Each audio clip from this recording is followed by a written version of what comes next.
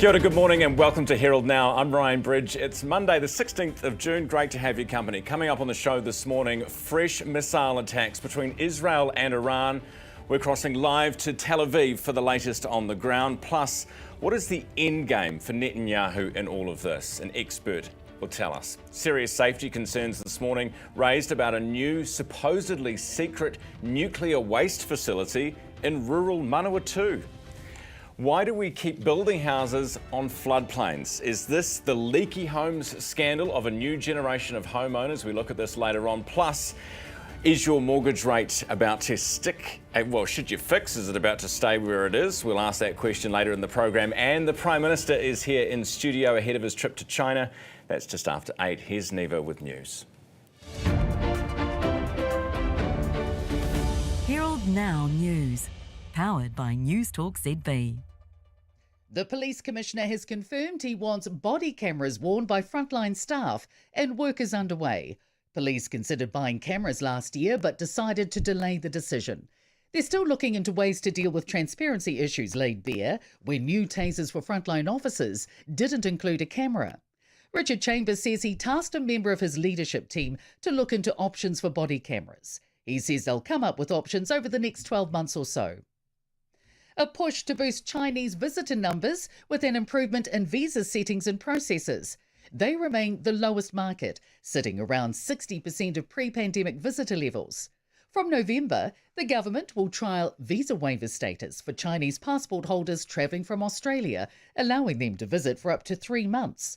They must have a valid Australian visitor, work, student or family visa, with a trial lasting a year.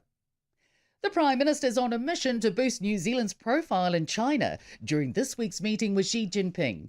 Christopher Luxon's leaving for Shanghai with the business delegation tomorrow morning before making his way to Beijing to meet with the President. Luxon says the visit will focus on growing trade, strengthening education and tourism links, and maximising business opportunities. He says the challenge is around awareness within China's domestic market, which he says gets bombarded with many messages. Manawatu iwi are outraged over a secret radioactive waste facility near Palmerston North. The facility stores low-level and intermediate-level waste, including depleted uranium from redundant radiation devices used to treat cancer patients. Documents obtained by our newsroom show officials avoided consulting the public, including iwi, on its establishment, prioritising security and confidentiality. They also state ministry officials faced a high-risk safety situation in 2019 at the old site in Christchurch. A large-scale manhunt is continuing in the US after a Democratic politician and her husband were shot dead in Minnesota. Another politician and his wife were shot and injured in their Minnesota home earlier. Sky News reporter David Blevins says the suspect, 57-year-old Vance Bolter, is believed to have impersonated a police officer. The gunman was dressed as a police officer, wearing a flak jacket and badge, armed with a taser, and he drove a car with flashing lights, enabling him to approach without suspicion. It appears to be a politically motivated assassination. Hamilton Airport's first international boarding call in 13 years will echo through the terminal today. Along with its existing domestic services, the airport will operate 4 return flights a week to Australia's Sydney and 3 to the Gold Coast. The airport spent around $7 million on the newly refurbished terminal. Herald Now Sport, brought to you by Gold Sport. Swedish pole vaulter Mondo Duplantis has set the 12th world record of his career, this time clearing 6.28 metres at his home Diamond League event.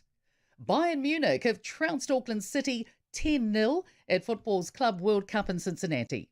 The Tactics have extended their lead atop netball's NZ Premiership, beating the Poles 61-50. Canterbury have returned to the top of the NRL league standings via a 24-18 win over South Sydney. You're watching Herald Now. It is just gone 3 minutes after 7. The Prime Minister's jetting off on a diplomatic mission this week, and he's heading into a very undiplomatic world. Israel and Iran are going at it hammer and tongs. Netanyahu says Tehran is close to producing a nuclear weapon. As missiles and drones fly across the Middle East, talks to reach a nuclear deal with Iran's leadership in Oman are on hold. The UK is mobilising fighter jets in the region as Iran warns it'll strike Western targets if they get involved and support Tel Aviv. Israel's blockade of Gaza continues despite protests from this country and most others through the United Nations, as well as sanctions. Talks in Turkey, meanwhile, to end the war in Ukraine haven't stopped the violence. Diplomacy has so far failed. China continues buying oil from Russia and tacitly keeping its war in Europe alive. The US continues supporting Israel, keeping its war on Gaza and now Iran alive. China and the US themselves are doing direct battle of a different kind, of course, on trade.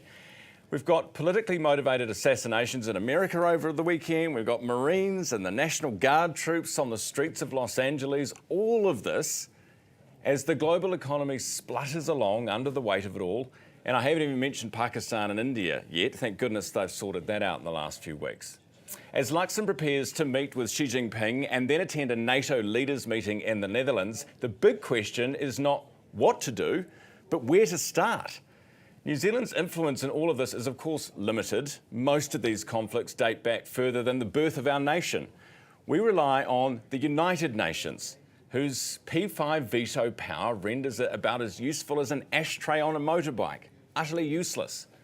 This is not the first time the world has faced a collision of crises involving wars backed by competing global superpowers. And while diplomacy has failed to prevent them, history tells us it's also the best and only way, really, to eventually solve them.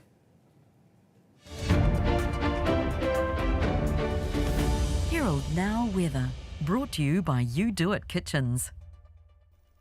It's a Maria. A little chilly this morning, plenty waking up to frost. That's likely to continue for a few days with a ridge of high pressure building over most of the country. Just the area of low pressure over northern spots, but that trough is starting to move away. So we're looking good for the lower south. Oban with some morning drizzle, Alexandra with some fog, but the afternoon is fine and winds remain light. Mostly clear skies here, but cloud does increase this afternoon in the north and east, and showers hit Christchurch tonight with light winds. There is a little bit of frost, a little bit of fog, but there's also plenty of blue sky here today. Showers develop in the morning for Masterton, and winds will be from the south or southeast for all. Now there is a trough feeding showers to the northeast today. Hawke's Bay and Gisborne will receive the bulk of it with a southerly breeze. And the further north you go, the more cloud and showers you'll receive. Auckland, showers for you will be north of Warkworth. In Northland, some of your showers will be heavy this afternoon. You're watching Herald Now. It's just gone 6 minutes after 7. Israel and Iran have continued to exchange strikes after Israel's so-called preemptive attack on Iran on Friday. This morning, Iran launched another drone and missile attack on major Israeli cities. Israel's widened its attacks, with Prime Minister Benjamin Netanyahu saying the regime change in Iran is now a real possibility.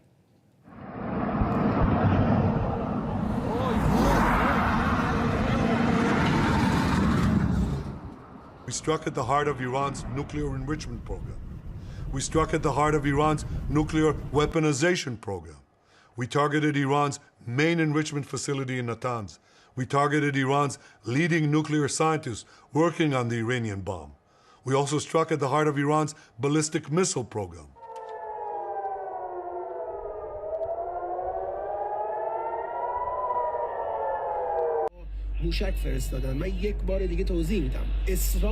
رژیم صهیونیستی اشتباه بزرگی کرد.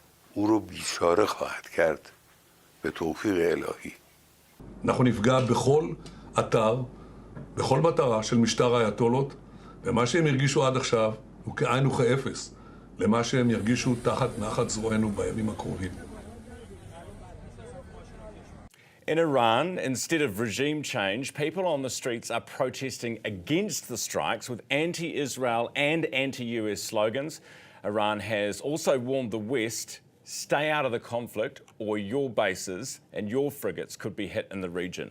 The attacks have meant for a weekend in Israel, in and out of the bomb shelters for Israelis. And Iran's rockets have rained down on Tel Aviv and Jerusalem. Eleanor Swery is a Kiwi living in Tel Aviv and was invited on the show to talk about the situation in Israel, not here to talk for political comment, but just as a Kiwi living there, what it's like for her. Welcome to the program, and thank you for being here, Eleanor. First of all, how are you? All right, good to be here. First of all, how are you doing, and how are you holding up with the missiles coming in overnight? It's been rough. I'll tell you. The videos you showed with the siren playing just sent my heart over. Like it's tough knowing that any second we could get a siren that we'll need to run to the bomb shelter, and we don't know what will happen once we come out. This started unfolding on Friday morning, 3 a.m. And since then, we haven't really managed to sleep, to rest, to function. And after every run of missiles being sent over, we find out that another building's been taken down. So it's very real, but it feels like a bad movie. So you stay in your apartment until you hear the sirens, and then how far is the bomb shelter? Tell us what that process is like. Yeah, so the logistics. So as soon as things kind of escalated on Friday morning, 3:30 a.m. So my husband and I, we have a 1-year-old. We decided to leave our apartment and to go to my in-laws, just because they have a much better bomb shelter. So it was a bit of a scary drive, that one, but we came here. Once we got here, we're staying here. So most buildings, not all of them, most buildings have either a bomb shelter, a shared one for the building. So say there are 30 families that live in an apartment block, they'll have a shared bomb shelter on the ground floor. The newer buildings, so buildings that have been designed since the Gulf War, since the 90s, they have a private kind of bomb shelter room in the apartment. But for us, it's a shared one downstairs that once we get the siren, we have to go to. There are different levels of sirens giving us kind of heads up. So once the missiles have been launched, we know that we get, the initial notification telling us to be alert, to be ready. If you need to go to the bathroom, go to the bathroom, get your things ready. Then there's another one saying that in a few minutes we'll get the siren. And then once the siren goes off, which is very loud, you need to go to the bomb shelter as quickly as possible. Make sure to close the door and stay there until you get the notification that you can leave. So it's 10 p.m. now. At 8:30, we heard a siren, so we were in the bomb shelter for 45 minutes.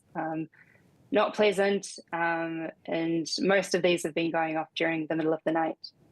Eleanor, we've heard just in the last couple of hours, we've heard from the Prime Minister there that there have been some casualties. Is that people not going to the bomb shelters? It's a mix. I think, there have unfortunately been casualties. Not everyone has access to a bomb shelter. You've got elderly on top floors who aren't able to go down the stairs quickly enough to the bomb shelter. Even older buildings, they don't have shelters at all. The building that you're seeing now actually is a kilometre away from our apartment. So, as I said, it's very real. It's not that it's the building far away is getting bombarded. This was a building a kilometre away from our apartment. One of my husband's friends lived there. So if someone has access to a bomb shelter, they absolutely have to go there. Not everyone has access, and some people don't make it on time. Yeah. Eleanor, does it make you want to come home? It's a good question. It's something that I've pondered a lot, right? We've been in this war zone for, over a year and a half, and those questions arise. And some days it does make you want to go home, but other days, on the good days, I live here, I work here, my husband's Israeli, my daughter goes to nursery here. So it's tricky. And I want to compare it to folks who live through the Christchurch earthquake. New Zealand's on a fault line.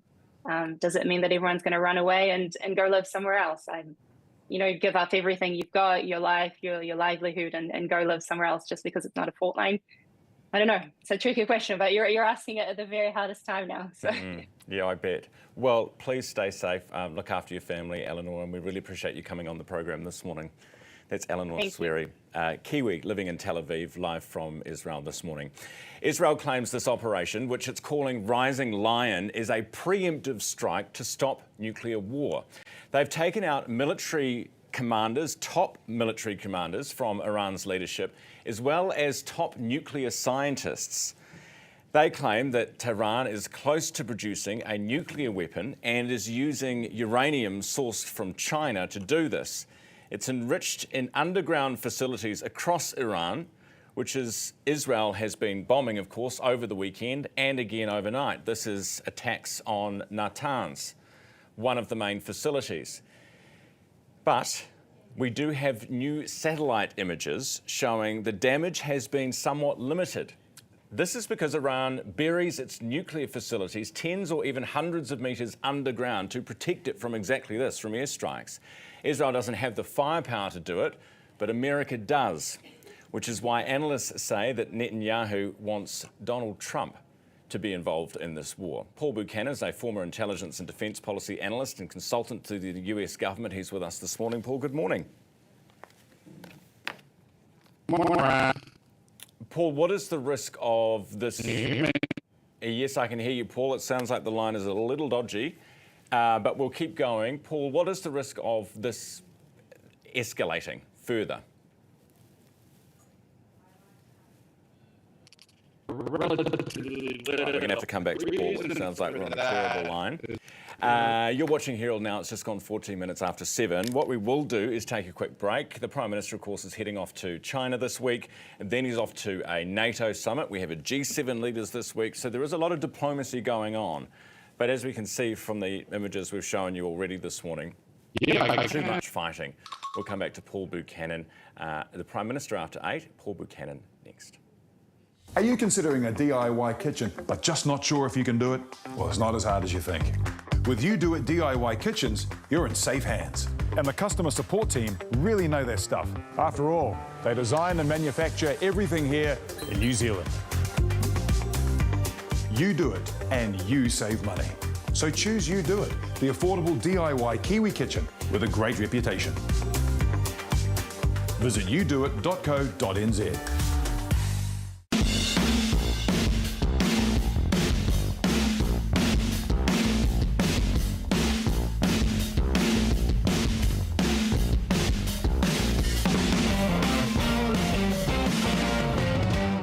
I'm Hayden Scott and I'm a knife maker. I make knives from my workshop at home in West Auckland. Yeah, my previous life I was a chef, did that for 25 years, but I had this knife making thing that I was doing and had been doing for some time, and so that transition from finishing that 25-year career and taking the plunge into full-time knife maker, I had been building up to that, but I still had to take a leap. Ah, here she is. How's the business going? Good, actually. We just switched to 2 degrees. Well, we tested the networks and couldn't see any difference, but 2 degrees has the most satisfied customers. With Flex, we get instant control of phone plans, data usage, and cost center reporting. And they're the fastest growing business network.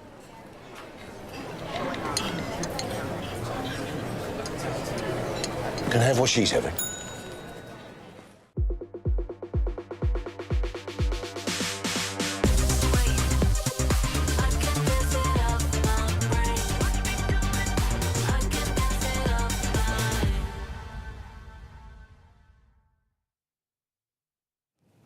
Welcome back to Herald Now. It's just gone 17 after 7. We will get to our guest, Paul Buchanan, the security analyst, for the latest on the situation in the Middle East shortly. We're just having a little trouble getting a line up with him, but we will return to him in just a few moments' time. Your feedback question for this morning: how long is your commute to work? Whether you're going by bus or by train, whether you're walking or flying, however you're getting there. The reason I'm asking you this is there's a story in the Herald over the weekend about Auckland's traffic, saying it's actually just as bad, and anyone who lives here will know this, just as bad at midday on a Saturday as it is during peak hour on a weekday. So traffic bad. How do you get to work? How long does your commute take? And is there an idea, do you have an idea for how you could make that commute faster or quicker? Flick me an email this morning, ryan@nzherald.co.nz. We are going to ask the Prime Minister about Auckland's traffic woes a little later on in the program. Right, this weekend, Trump has celebrated. We're going to get to Danielle McLaughlin a little later on. First, we're doing body cameras with police. So let's go there right now. Chris Cahill, who is the Police Association President, is with us because, good morning, Chris. Good morning, Ron. So the latest news is that Richard Chambers, who is the Police Commissioner, has come out and said that he's tasking one of his staff members with looking into this. Do you think they'll actually go ahead? Oh, look, I think eventually they'll go ahead. I mean, everywhere around the world have pretty much taken up this technology, and it comes a point where you say, well, why are we the outlier? But there's obviously a few fishhooks to work out, but overall, we'd be pretty keen to see it come through. What about the cost? Because we know the camera's about, $1,000 a pop, but then you've got the cost of storing all of the video and sorting through it and making sure it's not being hacked. That's where the real expense comes in, right? Yeah, the cameras are one thing, and you know, the suppliers are actually quite happy to give you a good deal on the cameras because then they get you with the data storage, and that's the big issue. Who's going to be responsible for that data storage? How much is it going to cost, and how you control that cost going forward? Then the second issue is who would have access to it? Will police get tied up doing Official Information Act requests constantly from every reporter who wants to do another story on something that's happened that there might be footage of, or even members of the public? And I think that's one of the big issues. How much time and cost will be involved down the track? Does it actually make policing, or what does it make anything safer? Does it make dealing with the public safer for police, or does it make the public safer from police, or neither? Yeah, look, we've looked around the world, and the reporting on it, the research on it is pretty mixed. It depends a little bit on the environment. If you would talk to corrections officers in New Zealand, they would say it very much changes the behaviour of prisoners towards them and lowers the levels of violence. Other police forces around the world, pretty mixed bag. What it does do, though, is allow at least the full story to be told. Currently, what you're getting is people videoing it. They might be from the wrong angle. They might only show a certain part of the video, or at times those videos are actually completely false and they've just all been generated. Nowadays, AI does it so easily. So those sorts of things will be an improvement. And so that's why we're pretty pro it, but I don't think it's the game changer a lot of people thought it was going to be. All right, appreciate your time, Chris. Thanks for coming on the program, as always. That's Chris Cahill, Thanks very much, Ryan. Police Association President in Wellington for us this morning. We will return, I should say, to Paul Buchanan, who's our security expert, shortly. It's gone 7:20.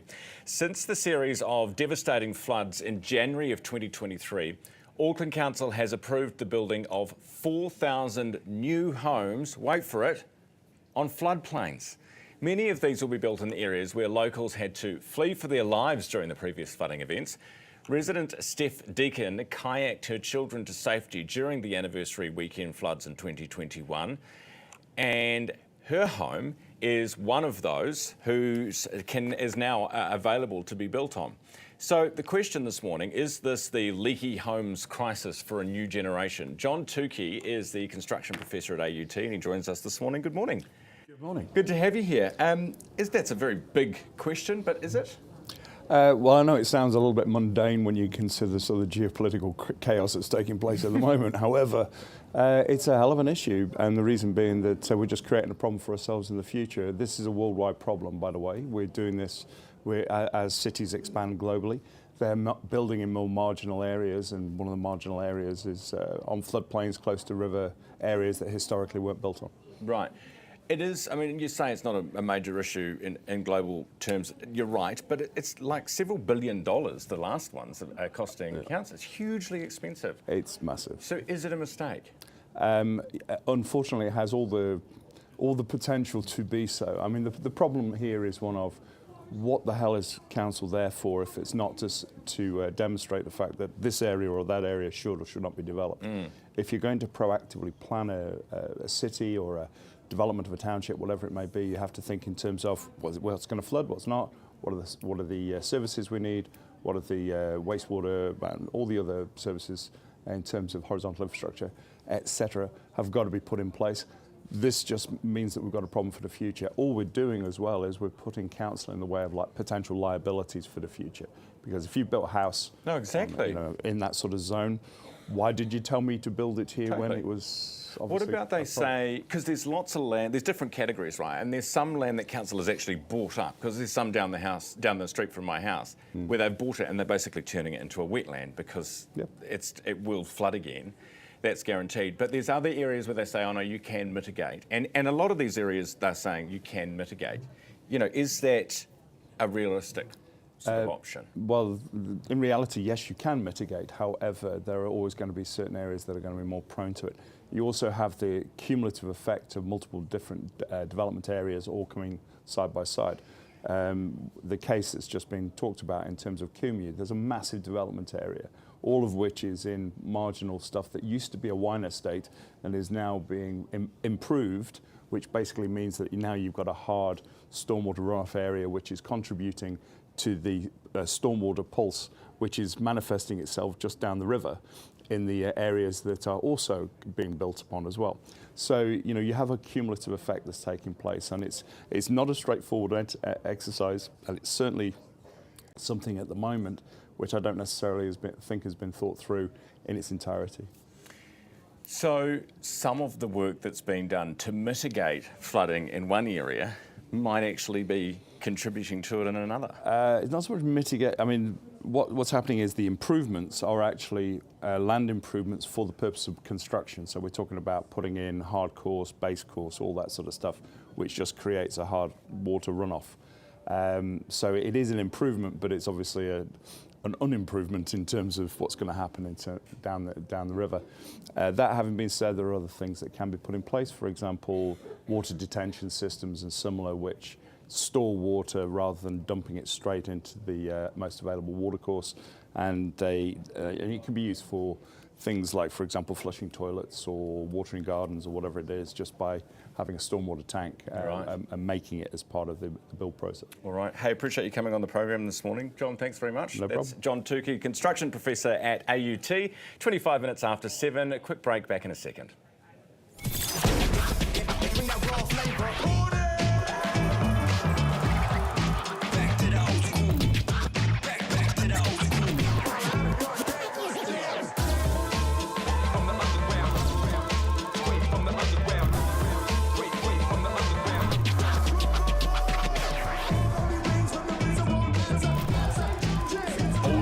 Hip-hop and R&B. Flavor. When building for investment, it's important to find a team that you can trust. We decided to build the GJs because of the good quality that they always provide us. They help us throughout the whole process of getting the resource consent to the building consent, and their contracts are very easy to understand. We have built 4 houses with GJ Gardeners, and it's just easier every time we work with them. I'll definitely recommend GJs to all of my friends and family. If you're thinking of building, choose the builder you'll want to build with time and time again. After 20 seasons on the footy field, it's fair to say I know a thing or two about resilience. Digging deep when the going gets tough. Just like Kaiwaka wet weather gear. Kaiwaka's been in the game for 200 seasons. 50 years of facing up to the elements, getting the job done, and coming back for more. And that's guaranteed for a lifetime. Kaiwaka, designed to perform, made to outlast. Of course we can set up the new smart TV for you. We could also put it on the wall for you too. Want to keep your family safe online? We've got tips for that. Yeah, I can show you how to use the AI on your laptop. Teaching the kids to do laundry? These washing machines auto-dispense the perfect amount of detergent, making it super easy to learn. Wait, what's a Ninja Creamy? Got tech questions? We've got answers. With 66 stores nationwide, your tech experts ready to help. Good morning, welcome to your Monday. Great to have your company. Just gone 27 minutes after 7 o'clock. Here in New Zealand, we're arguing over some snails and how much there's a bunch of snails in a fridge, or fridges, on the west coast of the South Island, and it's costing us, the taxpayer, a lot of money to have them there. We'll talk about that a little bit later on. In the United States at the weekend, you may have noticed it was Trump's 79th birthday. Celebrated, it was a coincidence, but celebrated the only way that you know how, a full-scale military parade in Washington, D.C. Meanwhile, there were lots of anti-Trump No King protests across the country. Our US politics expert, Danielle McLaughlin, is with us from New York this morning. Danielle, good morning. Morena, how are you doing, Ryan? Really good, thank you. Let's start with the parade. Bit of a bizarre thing to witness, really, and I have to say, nowhere near as precise in terms of the goose stepping or intense as what you'd see out of Russia or Pyongyang. No, that's because they don't, generally speaking, American troops don't have practice doing this type of thing, right? So the criticism has been that this feels like the kind of thing that an autocratic state like China or Russia, as you point out, or North Korea would do, but those troops are far more versed in this kind of thing. And I have to just say that I'm sure we're going to get to the price of snails and fridges in the South Island, but this particular parade cost the US taxpayer between $25 and $45 million. So I'll be interested to see how that shapes up next to the snails and the fridges. Well, even just next to, and we're looking at some of the images now, this is from DC at the weekend, even just the fact that there are some veterans support budgets being cut, and then at the same time you're spending all these millions of dollars on a parade. I mean, even veterans themselves have questioned that. Yeah, and it's historically been extremely challenging for veterans in the US and truthfully anywhere around the world to re-enter sort of civilian life. And I can speak for the American system where things like Medicaid for veterans, it's called TRICARE, housing for troops, people who have to return from combat and warfare, traditionally very much underfunded for some of the neediest population who have a ton of mental health issues, among other things, just trying to come back into the real world. So there's cuts in Medicare, there's cuts in support for veterans. And, $16 million of this particular parade budget goes to just fixing the streets that the tanks chewed up. Yesterday, 2 Democratic lawmakers in Minnesota were shot along with their partners. Sadly, 2 of them have passed away. Can you tell us what happened? Yeah, so there's actually there's a manhunt still going on for a gentleman named Vance Bolter. He dressed as a police officer and entered without any challenges to the home of Melissa Hortman and her husband. He killed them just north of Minneapolis, St. Paul, which is the capital of the state of Minnesota. And then he went to another suburb nearby and shot John Hoffman and his wife. She threw herself on their daughter, Hope. They're all alive, particularly Hope, because of the actions of her mother. He has not been found as of airtime. The FBI has put out a $50,000 reward on his head. He is considered armed and dangerous, and the manhunt has expanded from Minnesota to the state of South Dakota as well. Goodness me, a lot going on, and we haven't even spoken about Los Angeles yet, Danielle, but the protests continue there and there's still back and forth, along with those agitators who, the so-called professional protesters who seem to be coming in and sparking things up. No, you're right. We have seen the organization's called 50-51, which is 50 protests, 50 states, one movement. This is an anti-Trump, no king series of protests. They've been happening in the lead up, but this weekend, because of the parade in DC, was the big day. We've had more than 2,000 protests, particularly in California. We're in San Francisco, and the center of San Francisco, they estimate 100,000 people showed up. And you're right, Brian, always there is a mix of agitators and folks who are exercising their free speech. California is particularly hit up because, of course, the president put the California National Guard into play in the streets of California, which is by law actually in peacetime the governor's remit. And the governor went to court over the weekend, and the National Guard has come back under the power of Governor Gavin Newsom, as is required under law during quote-unquote peacetime. All right, Danielle, we'll leave it there. Thanks very much for your analysis, as always. From New York City this morning, Danielle McLaughlin, our politics expert. It's just gone 28 minutes away from 8 o'clock. You're watching Herald Now. In news just to hand, there are reports that Iran has been hit again by several Israeli rockets hitting the Ministry for Foreign Affairs building in Tehran. We'll have the latest for you on that in a second. First, here is the headlines with Neva. Herald Now News, powered by Newstalk ZB. The Police Commissioner has confirmed he wants body cameras worn by frontline staff, and work is underway. Police considered buying cameras last year but decided to delay the decision. They're still looking into ways to deal with transparency issues laid bare when new tasers for frontline officers didn't include a camera.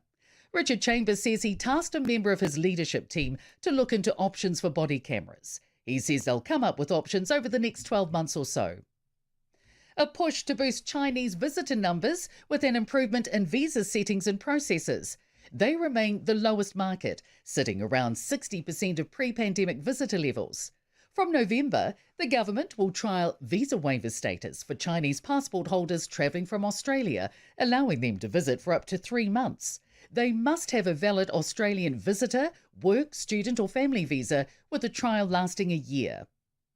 The Prime Minister is on a mission to boost New Zealand's profile in China during this week's meeting with Xi Jinping. Christopher Luxon's leaving for Shanghai with the business delegation tomorrow morning before making his way to Beijing to meet with the president. Luxon says the visit will focus on growing trade, strengthening education and tourism links, and maximising business opportunities. He says the challenge is around awareness within China's domestic market, which he says gets bombarded with many messages. Manawatu iwi are outraged over a secret radioactive waste facility near Palmerston North. The facility stores low-level and intermediate-level waste, including depleted uranium from redundant radiation devices used to treat cancer patients. Documents obtained by our newsroom show officials avoided consulting the public, including iwi, on its establishment, prioritising security and confidentiality. They also state ministry officials faced a high-risk safety situation in 2019 at the old site in Christchurch. A large-scale manhunt is continuing in the US after a Democratic politician and her husband were shot dead in Minnesota. Another politician and his wife were shot and injured in their Minnesota home earlier. Sky News reporter David Blevins says the suspect, 57-year-old Vance Bolter, is believed to have impersonated a police officer. The gunman was dressed as a police officer, wearing a flak jacket and badge, armed with a taser, and he drove a car with flashing lights, enabling him to approach without suspicion. It appears to be a politically motivated assassination. Hamilton Airport's first international boarding call in 13 years will echo through the terminal today. Along with its existing domestic services, the airport will operate 4 return flights a week to Australia's Sydney and 3 to the Gold Coast. The airport spent around $7 million on the newly refurbished terminal. Herald Now Sport, brought to you by Gold Sport. Swedish pole vaulter Mondo Duplantis has set the 12th world record of his career, this time clearing 6.28 metres at his home Diamond League event. Bayern Munich have trounced Auckland City 10-0 at football's Club World Cup in Cincinnati. The Tactics have extended their lead atop netball's NZ Premiership, beating the Poles 61-50. Canterbury have returned to the top of the NRL League standings via a 24-18 win over South Sydney. Welcome back to Herald Now. Thanks for your update, Neva. It's 24 minutes away from 8 o'clock. So, DOC, Department of Conservation, and this will be the biggest scandal you hear all morning, by the way, easily, spent more than $400,000 over the past 4 years keeping 2,000 giant snails alive. These guys. They're tiny. They were taken away. You'll remember them from back in 2006. It was the Stockton Plateau on the west coast where they built a mine, and then these guys were living there and they had to, this is one giving birth, which is probably a bit much for your breakfast. But there you go. Anyway, $400,000 over 4 years, and they're all in a fridge on the west coast. 2,000 snails in the fridge. Sounds like the start of a nursery rhyme, but it's not. And they think they want to keep them there for as long as they need to, and then eventually over the next 5 years, they will start to rehome them somewhere else. They don't quite know where somewhere else is just yet, and that's why they need them to be in captivity and doing tests on them. That's a lot of money. Some of them are 30 years old now. They are critically endangered and apparently as rare as the kakapo. So I don't know if you're into that sort of thing. The French would probably eat them, wouldn't they? And here we are spending $400,000 refrigerating them. Send me an email, ryan@nzherald.co.nz. Do we just turn the fridges off, let them thaw? What do we do? Why do they need to be frozen anyway? It's 23 minutes away from 8. Don't forget we've got the Prime Minister here on a whole bunch of issues after 8 this morning. Right now, here's weather. Herald Now Weather, brought to you by You Do It Kitchens. Ata Maria, a little chilly this morning, plenty waking up to frost. That's likely to continue for a few days with a ridge of high pressure building over most of the country. Just the area of low pressure over northern spots, but that trough is starting to move away. So we're looking good for the lower south. Oban with some morning drizzle, Alexandra with some fog, but the afternoon is fine and winds remain light.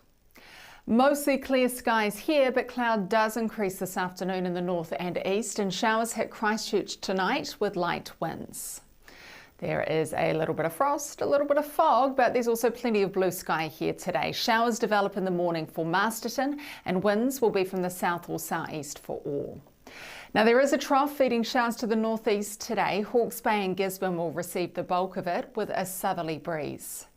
And the further north you go, the more cloud and showers you'll receive. Auckland, showers for you will be north of Warkworth, and Northland, some of your showers will be heavy this afternoon. Coming up this half an hour, Michael Morra lifts the lid on a nuclear waste facility near Palmerston North. We've got details on that shortly for you. And then after 8 o'clock, the Prime Minister Christopher Luxon is with me at the desk. Time now to talk business, thanks to our partners 2 Degrees. Is it time for a pause in interest rate cuts? Will investors flock to green hydrogen solar farms? These are some of the questions for Business Desk's Garth Bray, who's with me at the desk this morning. Good morning. Hey, Ryan. So we've got growth expected to be going up. Well, it is going up. It was in Q4 last year. We'll get Q1 data this year. Yeah. And as growth increases, the need for the Reserve Bank to keep cutting the OCR decreases. Does that mean we should lock it in now? Well, I'm not here to give mortgage advice. Let's just make that absolutely crystal clear. But what we are seeing is the predictions about where that economy track is heading. We're getting some firmer numbers later this week. Thursday, we'll get the GDP for the first quarter of this year. I think last month it was predicted to be about 0.4 was what the Reserve Bank was saying. It's looking more like a 0.7. Now, this doesn't sound like a huge number, but the data that we get through in what's called the Kiwi GDP Nowcast, which is almost kind of like an up-to-date pulse check on that gets updated every Friday, is suggesting that the numbers are tracking up. All of the major bank economists are now aligning around this 0.7, and that seems to be suggesting that the Reserve Bank might look at interest rates next month in July and go, look, we're still going to cut, but just don't need to quite cut just yet. And the door's left open for that by the Acting Reserve Bank Governor, Christian Hawkesby, at the last meeting. So a little bit of a suggestion there. But we'll also get a bit of a pulse check from the Performance of Services Index, which will be out later today. And I mean, the manufacturing index was pretty woeful when that popped out last month. But services arguably is probably more important to the New Zealand economy. We did have data though from the IRD via Stats NZ last week that suggested manufacturing was doing really well in Q1 this year. And it started to pick up in that Nowcast as well. So, you know, it's Plus you got your dairy payouts, you got your red meat payouts. But that's all lifting the prospect, I suppose, that the economy is doing better, so therefore you can back it off a little bit, Right, what's this another, every day a different solar farm issue. What's going on today? Right, well, this is an interesting one that we've been taking a look at because it's a solar farm company, My Farm, that's going out there to wholesale and eligible investors, and I'll come back to that a little bit later when we're chatting. Wholesale and eligible investors, they want $7 to $14 million. They've partnered up with a company called Herald Energy, and they want to buy and create small solar farms around the country in strategic places, and they want to use that to generate green hydrogen for trucking, because a lot of the hydrogen that's generated, blue hydrogen out of natural gas, it's, you know, you're burning something to make something else that you're then going to burn. It seems a bit of a net negative from a carbon point of view. So they are saying there's a future for this, and they are putting out this prospectus, and I mean, we've taken a look at it. Looks like some very interesting numbers there. I guess you'd also say that there's a prospect that if the power prices spike, they'd be selling that back into the grid, and you know, that's another source of energy. So you're using the sun to make hydrogen through your roof? Well, through solar farms that they're going to create in 2 or 3 different places around the country, Blenheim, Taranaki, a couple of other places as well. It's not a rooftop one. This is this is very much like a build them small, but build them smart. Deval, you've got the latest on the drama here. Yeah, So this is like the court case that's been months in the coming, I suppose. Set down for 3 days in the High Court. This is the property investment company that was spectacularly, the founder's home was raided in August last year. You had, people with little vests on that said Financial Markets Authority sort of charging in through the door at 6:30 in the morning and serving them with warrants because they felt that there was something going on at that company that warranted interim receivership orders, and it's those interim receivership orders to basically seize control of the company, seize control of its assets, seize control of the assets of the people that had created it as well, that are kind of finally going to be aired out and tested over the next 3 days. There's been this long-running saga where because the couple were in, it's Kenyon and Charlotte Clark who created this company, were in receivership. They said they couldn't have money for lawyers and they didn't have lawyers, and we reported a month or so ago that Ron Mansfield, the KC, had sort of stepped up and accepted the brief for them. Be interesting to see what sort of arguments get made there. We don't think this is necessarily going to sort out who gets paid, because of course the company's now in the hands of statutory managers, which is like a whole other thing. Okay. Yeah. All right, Garth, thank you very much for that update. Good to see you as always. Garth Bray from Business Desk, and we talk business every day thanks to our partners 2 Degrees.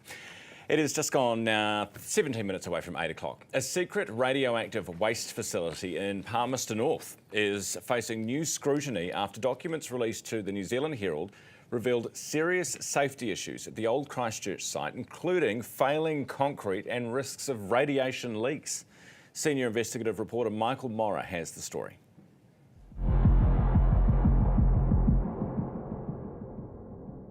A dilapidated concrete shed next to a cluster of ordinary-looking buildings in central Christchurch. Radioactive waste was stored here for decades before it was trucked to rural Palmerston North, where this new facility was built. It was all deliberately kept secret, a decision that's outraged Manawatu Māori. What do you think of this new storage facility being near Palmerston North and set up in secret? I think it's abhorrent. We have no idea of the kind of radioactive waste that will be stored. We have no idea of the specifications that have been used to build that facility. What is your request to the ministry in this case then?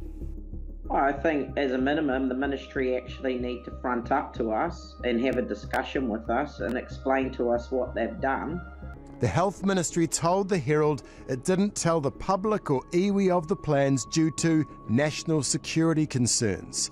It says the new site has better security and the waste inside will be regularly monitored.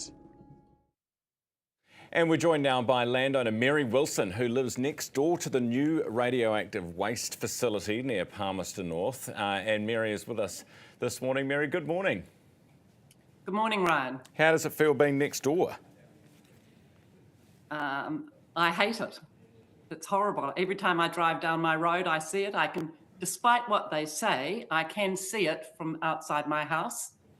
So, no, I'm not happy about it. You're not happy, and you don't sound it, Mary, and I think that's fair enough. The Health Ministry says that this is safe and secure. Do you accept their word? How can they guarantee something is safe? They have no idea what is going to happen in the future. Our history is littered with disasters in New Zealand, some of them man-made, some of them environmental disasters. But there's been buses, aeroplanes, ships, earthquakes, volcanoes.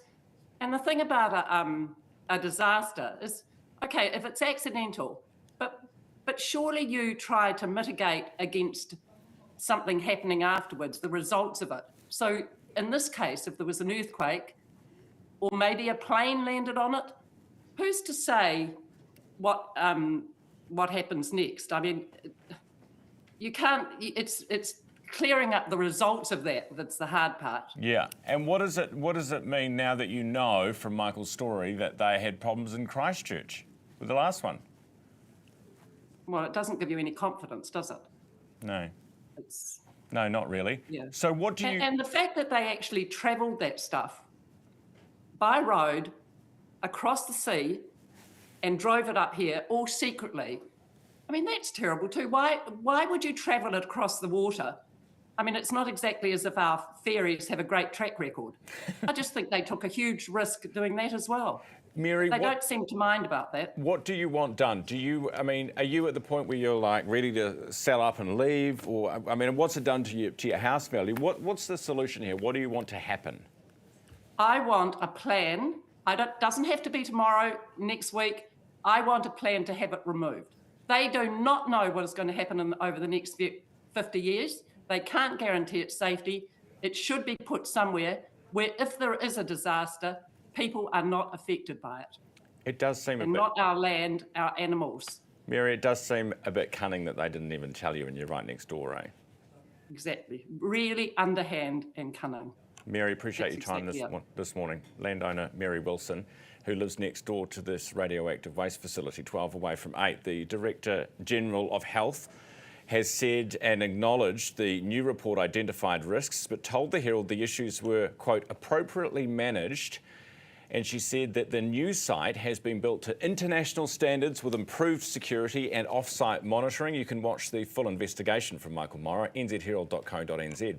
Coming up after 8 o'clock, news, sport, weather, and the Prime Minister is with us at the desk before he jets off to China and then to Europe for a NATO leaders meeting. But next, Zoe Wallace with the latest from the markets, thanks to our partners Forsyth Bar. Stay with us.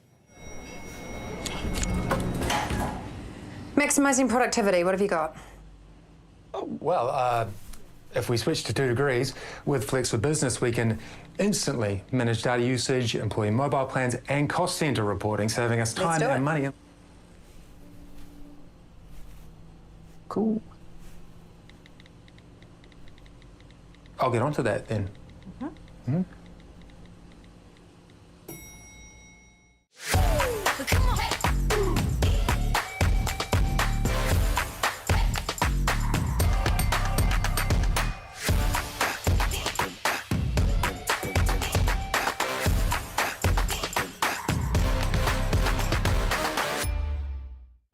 In 1985, my grandfather set out to make the world a better tea. That's why we grow our own, unlike other tea companies. Then pick the best leaves by hand, not machine, and pack it right here in Sri Lanka. But it's not just the taste that makes our tea better. 15% of our profit goes to humanity and to the elephants. As my grandfather said, do try it.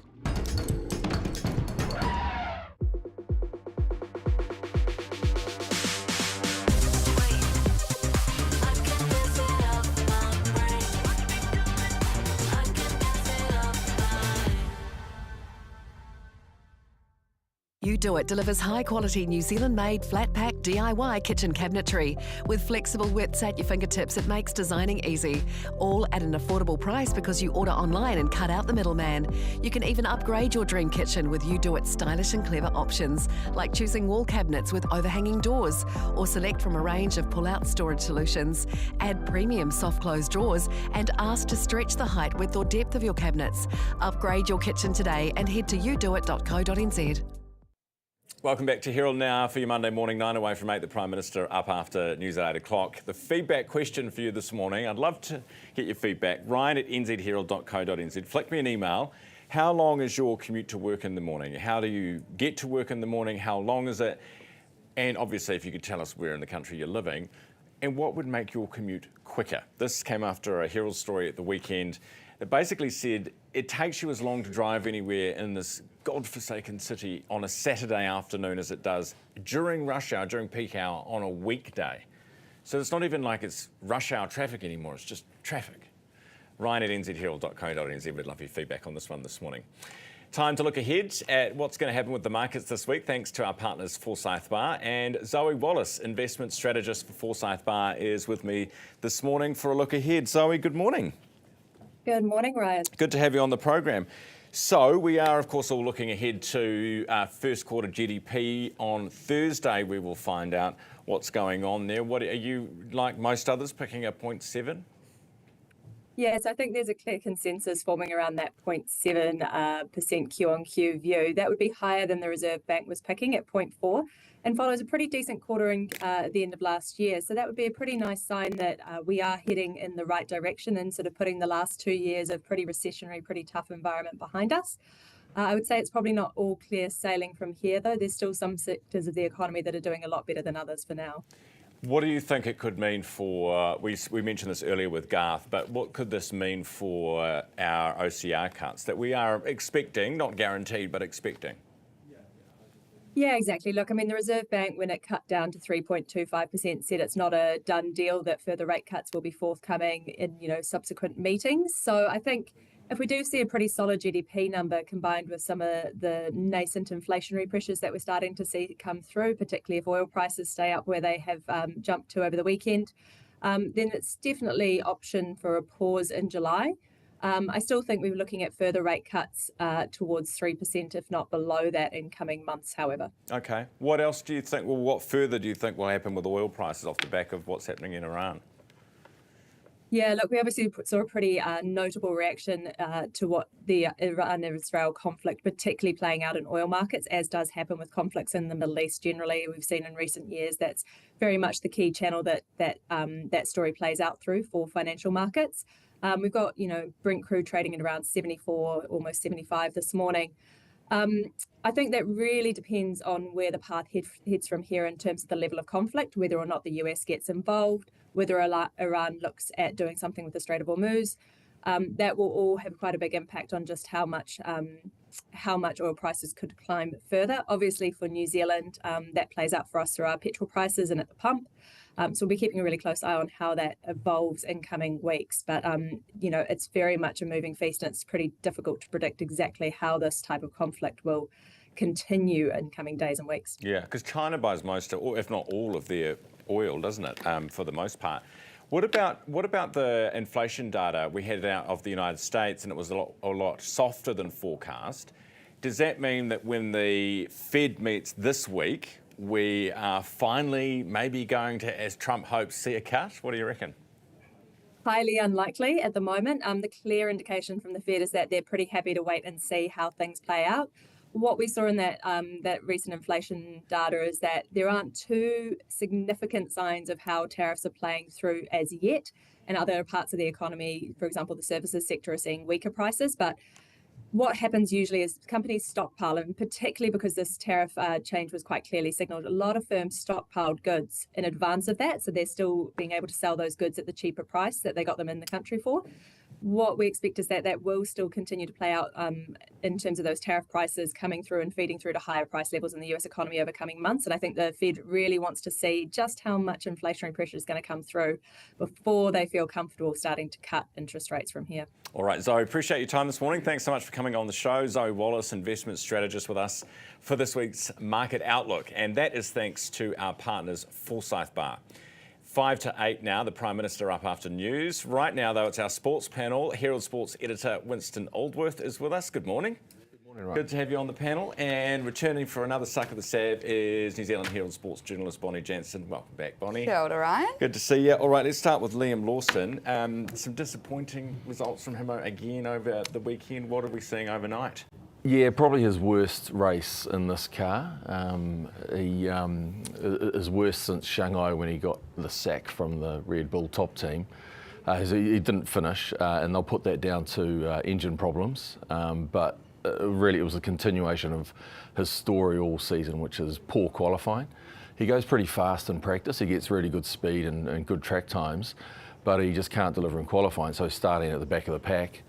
Probably the one semi-bright light about it for him out of this race is that his teammate Isaac Hadjar also underperformed. So Hadjar finished 16th out of the 18 cars that finished.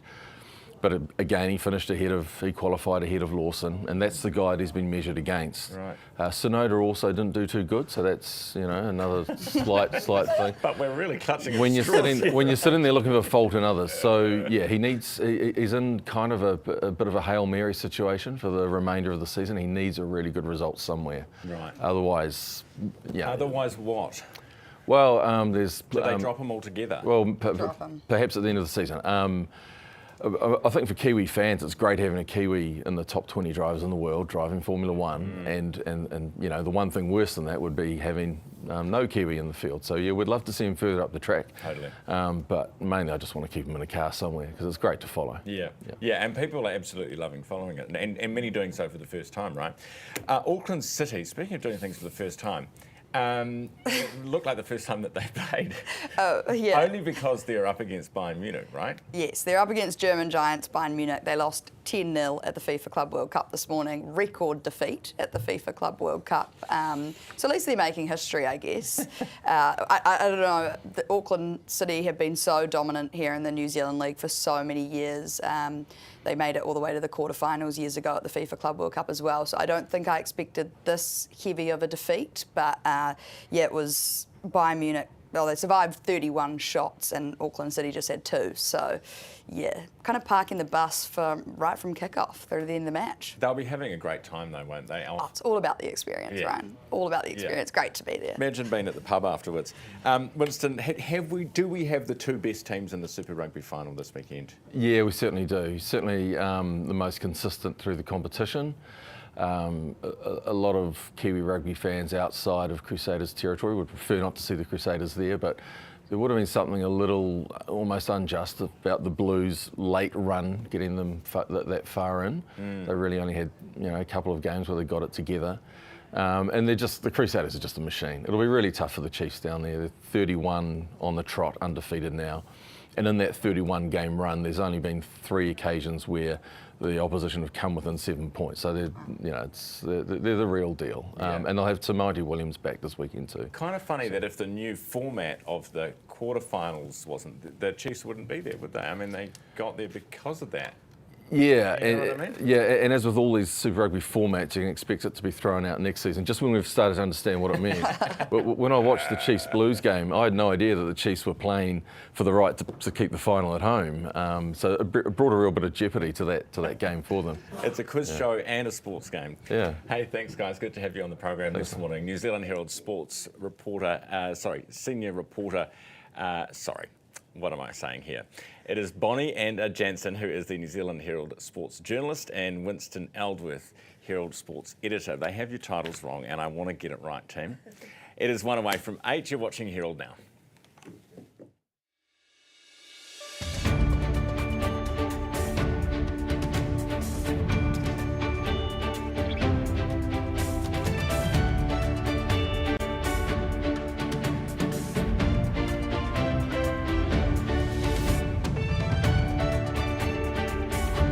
Good morning, welcome to Herald Now. I'm Ryan Bridge. Monday the 16th of June on the show this hour, and Israel and Iran trade missile attacks. The Prime Minister is live at the desk, what it means for New Zealand, plus his upcoming trip to China and Europe.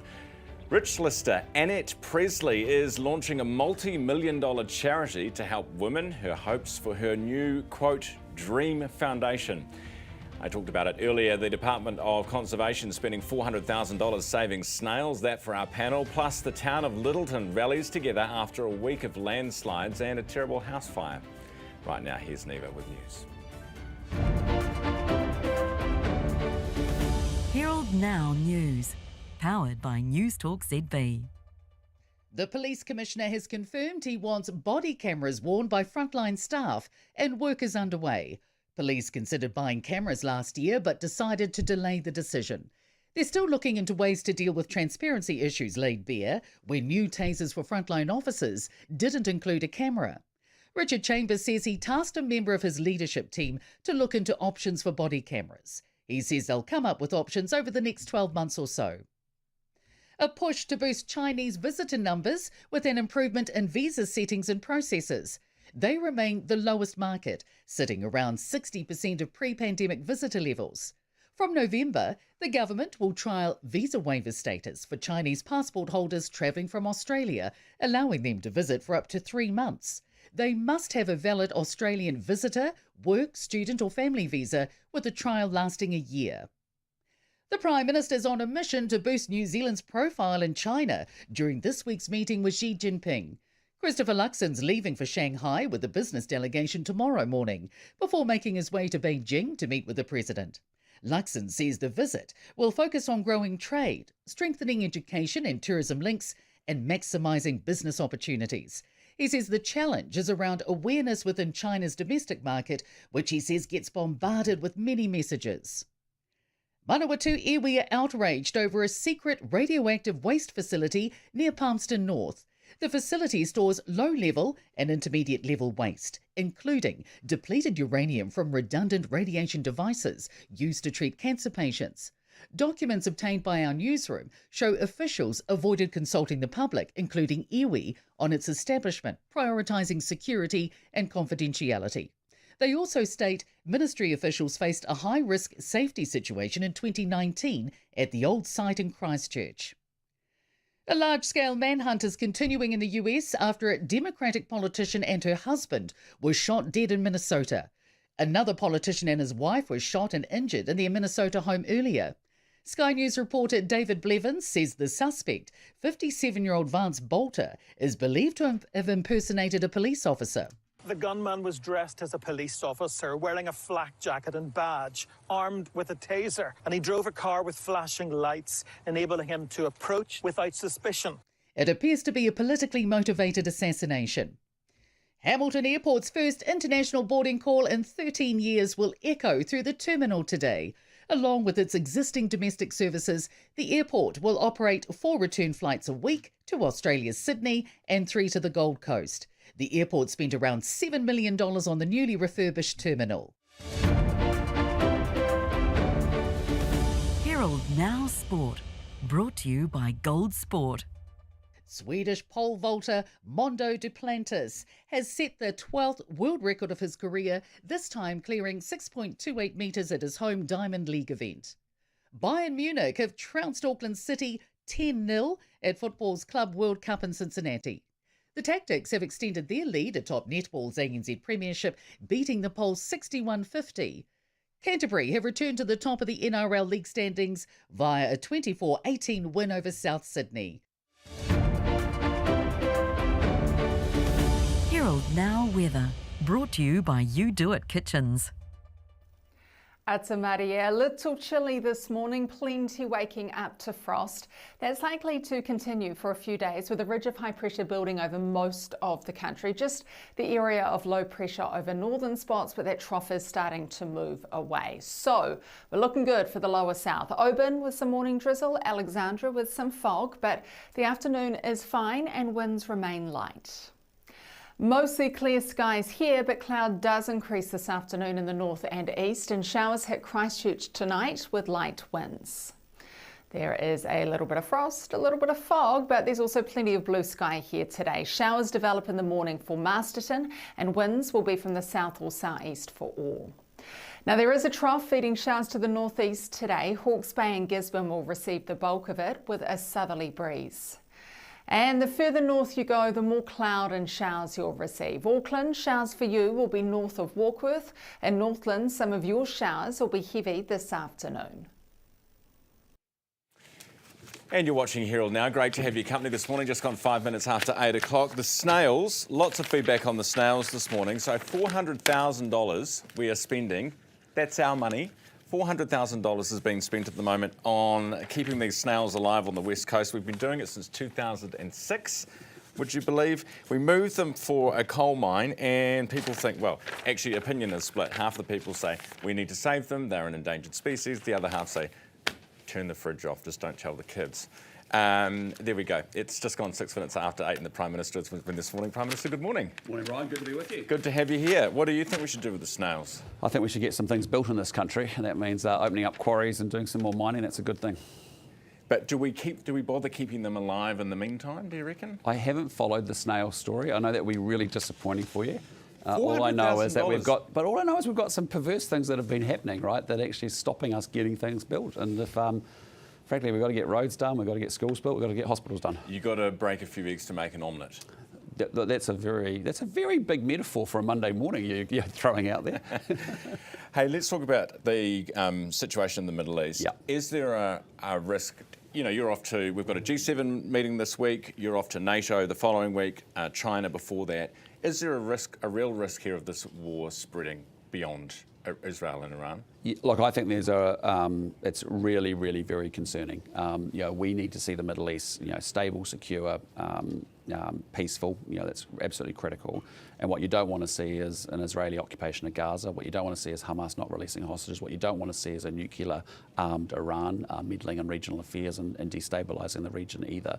And the answer is just not more military action, which is what we've been seeing, because it just leads to escalation. It leads to miscalculation, and before you know it, we've got more pain and suffering happening in a region that's already going through a really, very, very difficult time. But the fact that we're here means that diplomacy hasn't worked, right? But that's our call. As a small country on the other side of the world, what we can do is we can verbalise our values to say, look, actually, we encourage you to do more negotiation, use diplomacy, have discussion, all of our sort that through. Consular staff okay? Yeah, so essentially MFAT have been monitoring this since the middle of last week, and so they're looking after our own staff. NZDF have a number of staff in the region as well, often on peacekeeping missions. They are monitoring all of that. And my message to New Zealanders is we've had a long-standing do not travel to Iran. Obviously, our travel advisory has gone up with respect to Israel. Make sure you follow the rules locally on the ground. And all of our defence and diplomatic staff are okay? Yes, yes. Are any of them involved in any way? We don't talk about what their roles are, but if you think about our consular staff in Tehran, for example, and their families, MFAT are making sure that we're managing they're safe. Well. But our Defence Force staff, you're saying you will not say whether they're in any way involved from an intelligence point of view or anything else? Oh, no, they're there. We've got a number of peacekeeping missions that we've been committed to over decades, right? If you think about within the Middle East, and it's just making sure that between NZDF, MFAT, they're managing our people to make sure that they're safe and well. And in good space, and then equally the other advices to individual Kiwis that may be in the region. Right, but there's no New Zealand Defence Force intelligence people involved in any way in anything that's going on in the Middle East right now. All right, what about this ute situation? So, you went to field days and you said, hey, everyone, go and buy our ute. Well, I said go buy plant, capital, equipment, all that good stuff, facility. Which is great, because people have actually listened and done it. Oh, big time, it's been great. Is it true that they're going to be hit with a tax grenade? A tax grenade. Yeah. Explain this to me, right? Have you not heard this story? You talk about FBT or something? Yes. Is that story that the fringe benefit tax. Yeah. So I asked them to send it to your office because I wanted to get an answer for people this morning. So the tax advisor partner, Craig McAllister, says the repeal of the work-related vehicle FBT exemption for mixed private and business use, committed to in the budget, would mean that some people might end up with a tax bill anywhere between $6,000 and $20,000 on a car. Well, I'll just say, first and foremost, it's not just about buying utes, right? Utes is a good way in which farmers can improve productivity, and they're very much able to use the investment boost to do that. But is that true? FBT and the investment boost are two separate things, right? Yes. The investment boost is about a 20% tax write-off, essentially, in addition to your normal depreciation on any asset that you think is going to advance productivity, right? So yeah, got that. FBT will be applied as it consistently has been, and there's no change in that space. So there's no change. What there is there's a piece of work going underway to see whether we can make compliance around FBT much simpler. That's the other work. So they're two distinct things. So is that true or not? That people who currently aren't paying will end up paying as a result of the work that's being done? Well, not that I'm aware of. The FBT and investment boost, as I said, are two. No, I know they're separate things. But if you don't care about that if you're a business owner, do you? You're just like tax in, tax out, right? So it's tax. So have you said to people, go out and buy a ute and you'll get my investment boost? Well, we're saying go out and without saying there's going to be an FBT sting in the tail? Yeah, but it's not just about... Well, there'll be an FBT component to whatever you do around a vehicle that's used for personal use or company. That's normal set of rules that we have applied around FBT. But, so nothing's this changing. Investment boost is a much bigger deal than just buying utes. It's actually about buying plant and equipment and manufacturing sites to I know that, technology, all that good stuff. I know that, but for a lot of people, a lot of tradies, a lot of people at field days where you were, utes is the big thing, right? Oh, tractors were pretty big, headers were pretty big. Did you mention FBT? No, FBT is just... So can you just make it really clear? Make it clear. Is something changing for them or not? Not that I'm aware of. FBT, the only thing what's that this I'm guy aware on about then? Well, I don't know. It's what you might have to... I'm just saying to you, FBT will be applied as it always has been to whatever scenario any business is involving where there is an FBT implication. We are doing some separate work to make sure that compliance around FBT is much easier and better. But investment boost is about the cost of the asset and making sure that you can get that tax write-off. Chinese visas, the apparently refugee claims are quite high from China, and that's the reason that we won't just carte blanche let them come in visa-free. What's up with the refugee claims from China? No, I'm not aware that that is the case at all, actually. But I just what we're trying to do is, we've got a lot of our economy starting to come right and to start to get moving, which is a good sign. One area is tourism. It's actually moving ahead quite well. Within the tourism markets, Australia and China are two that we really want to see more growth in, particularly China. It's at 60%. That's why it's a big focus for my visit to China. We're making it easier to make sure you can get a visa. You don't have to get your documents certified. You don't have to, for translation purposes. We've got dedicated immigration resource going into the travel agents up in China. But we're also saying a large number, a huge number of actual visitors to New Zealand from China actually come in from Australia, because they're actually doing Australia and New Zealand at the same time. Totally. So if the Australians have got a visitor visa, study visa, work visa, then that's good to come to New Zealand. What is the reason, if it's not the fact that we might have asylum seeking refugees, what is the reason? You'd have to talk to Immigration New Zealand. Okay. They genuinely look at all 195 countries on Earth and work out what the right settings for us to be in are at. Okay. But for us, it's about making sure there's any obvious irritants that are stopping visitors from coming. Let's get them out of the way. All right. Really appreciate your time this morning. Good to be with you. Just before you leave, actually, Chris Bishop's apparently doing a yoga session at Parliament. Are you aware of this? That's a frightening thought, actually. I thought so too. Chris Bishop in Lycra doing yoga is not something I really wanted that mental image. He's hosting the session, apparently. That sounds weird. I want to go see that, but I won't be down there. But I'm sure there'll be endless video for him to do that. I saw him trying to play netball the other day, which wasn't pretty, and I can't imagine yoga will be much better. He doesn't look like the kind of guy who can do much physically. Do you know what I mean? Oh, you might be surprised. I love Chris Bishop. He's an amazing guy. He's a very good cricketer, and he's very enthusiastic. So good on him. All right. Hey, appreciate your time and best of luck with the trips this week. Thanks, Ryan. And appreciate into next. That's the Prime Minister, Christopher Luxon, with us this morning. It's 13 after 8. We'll be back right after this. Are you considering a DIY kitchen but just not sure if you can do it? Well, it's not as hard as you think. With You Do It DIY Kitchens, you're in safe hands. And the customer support team really know their stuff. After all, they design and manufacture everything here in New Zealand. You do it and you save money. So choose You Do It, the affordable DIY Kiwi kitchen with a great reputation. Visit newsroom.co.nz.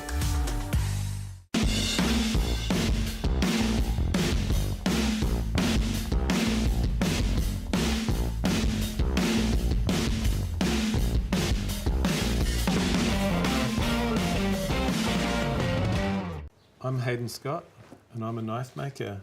I make knives from my workshop at home in West Auckland. Yeah, my previous life I was a chef, did that for 25 years. But I had this knife making thing that I was doing and had been doing for some time. And so that transition from finishing that 25-year career and taking the plunge into full-time knife maker, I had been building up to that, but I still had to take a leap. Ah, here she is. How's the business going? Good, actually. We just switched to 2 degrees. Well, we tested the networks and couldn't see any difference. But 2 degrees has the most satisfied customers. With Flex, we get instant control of phone plans, data usage, and cost center reporting. And they're the fastest growing business network.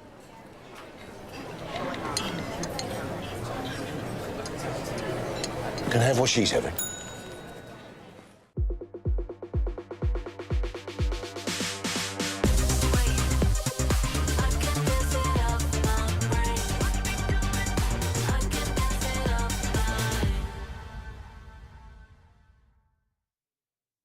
Welcome back. You're watching Herald Now. Great to have your company on a Monday morning.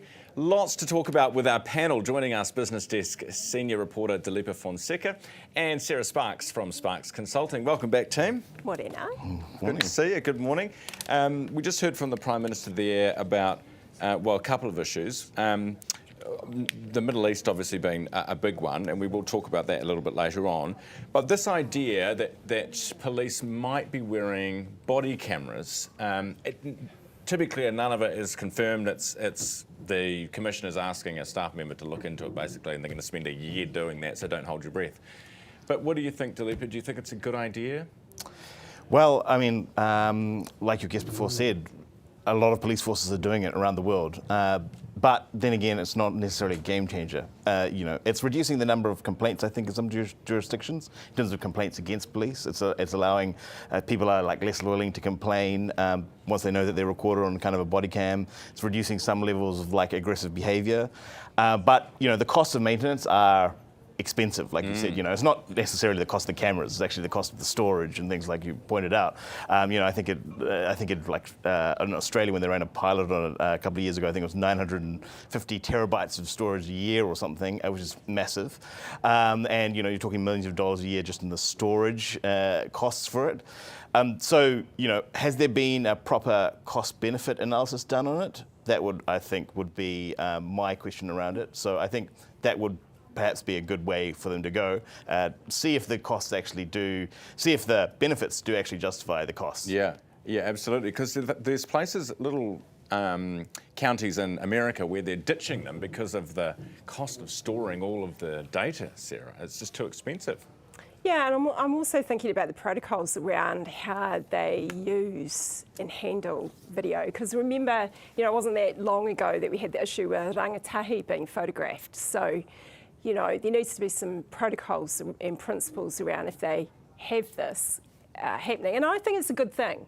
It's great to be transparent and it will mean greater accountability. But there's also a piece of work here in terms of community voice because, Māori and Pacifica whānau haven't had a great time with the police. There's a lot of study. I was involved with Understanding Policing Delivery, UPD, the last couple of years, and there's great research that's been done and recommendations, and one of them was around tasers having cameras, and the current tasers don't, and then also, what are the protocols around that? So it's a good move, but it needs to be well considered and there needs to be some guardrails there. Right, yeah. Because I guess they'd capture a whole lot of stuff, wouldn't they? I mean, even like non-criminal activity, if they're just walking down the street, they're just filming everyone, and then that's OIA-able too, isn't it?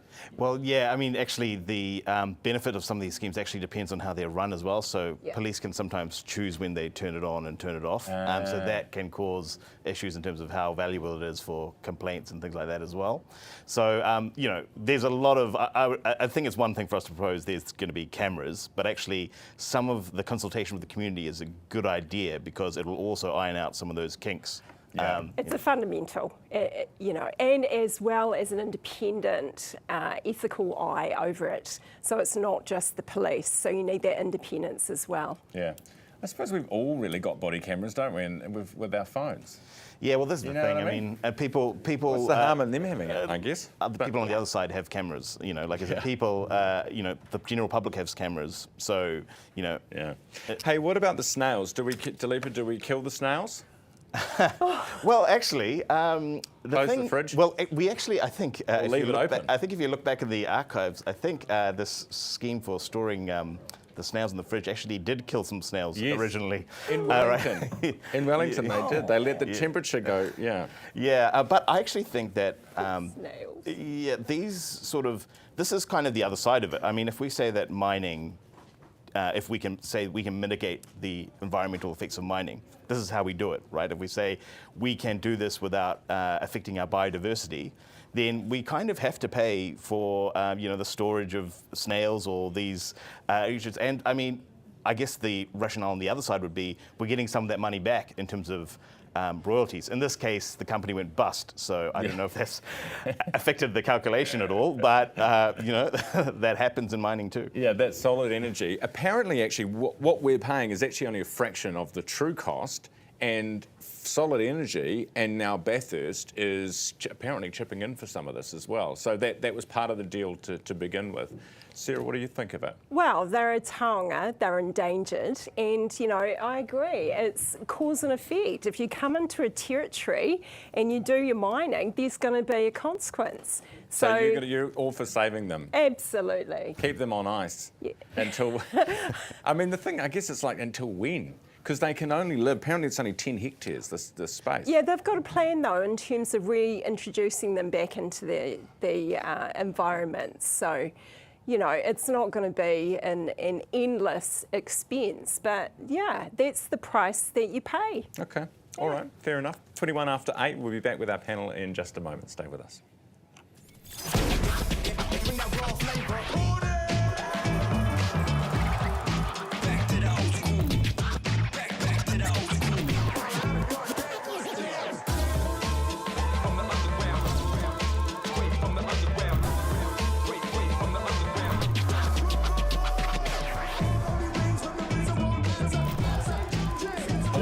Hip-hop and R&B.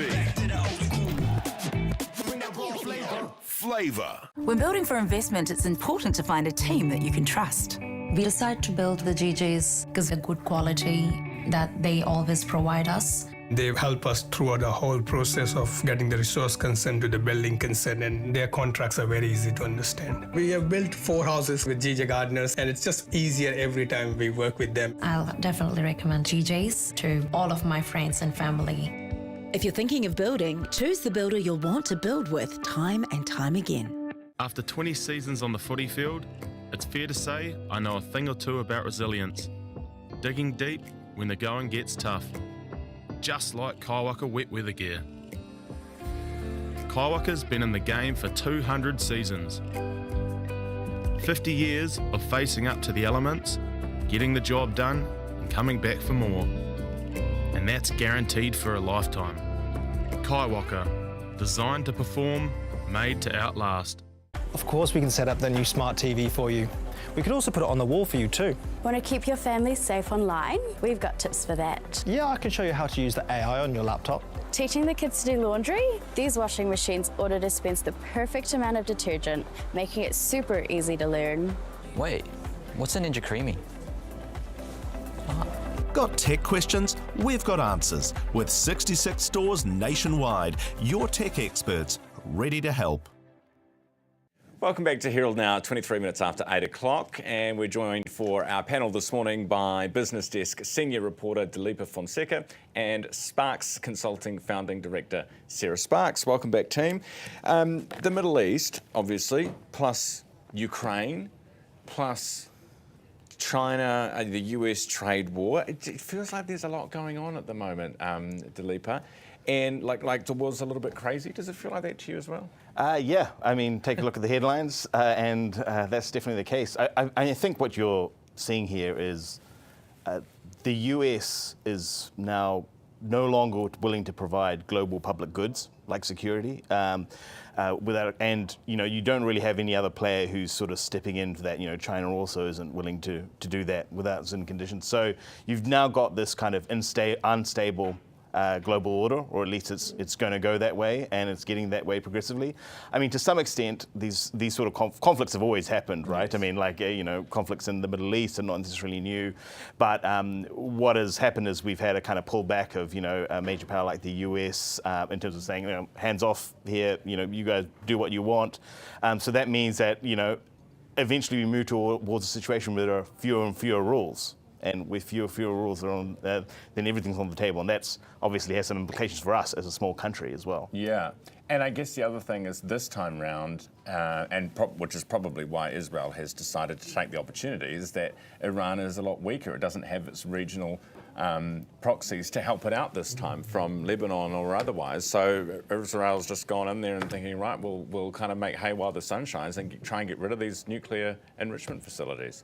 It's, fascinating, isn't it?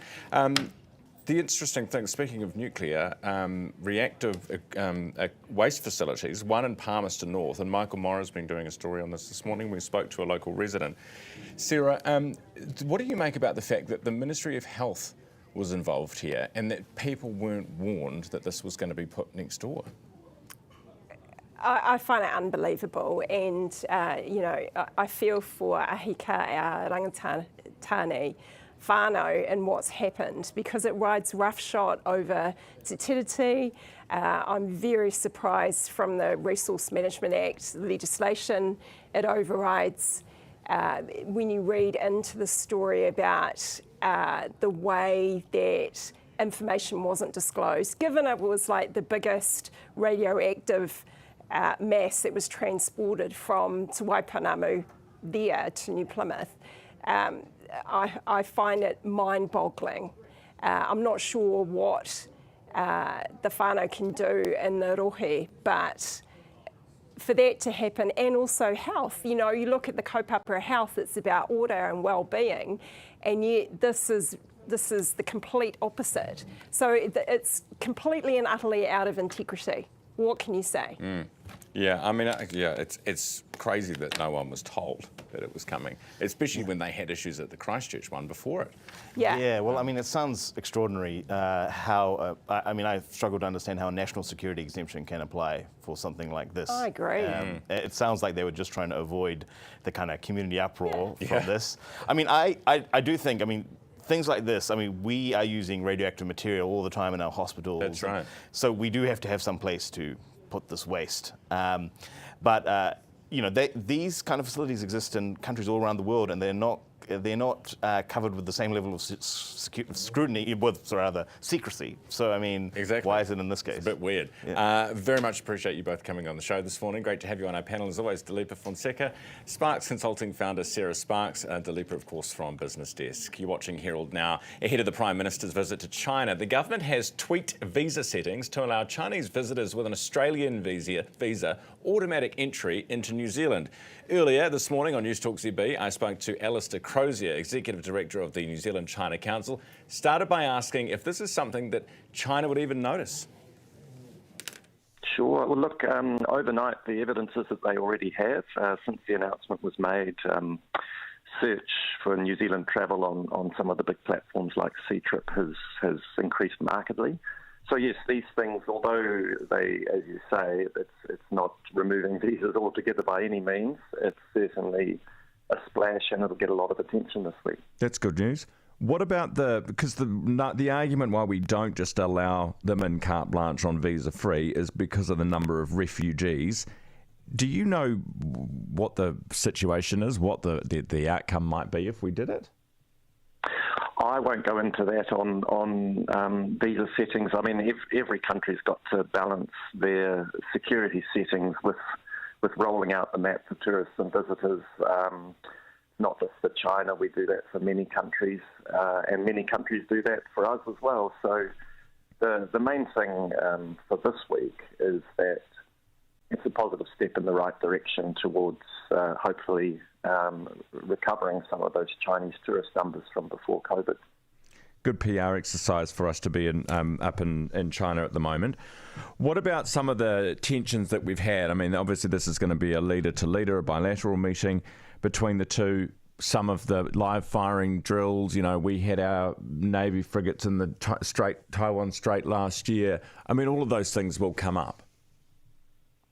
Sure, and from that perspective, it's nothing beats a face-to-face visit like this. It's a chance for our Prime Minister to meet not just President Xi, but also Premier Li Qiang. And look, both sides freely admit that there are going to be differences between two countries like New Zealand and China. This provides an opportunity to discuss them face-to-face. And I think the key thing is that both sides will remain diplomatic and respectful. And hopefully clear the air on some of those issues. Where are some of the areas of opportunity, economic opportunity, that you think we should be tackling? Oh, look, there's still opportunities in China across the board. The Prime Minister's taking a business delegation of almost 30 people.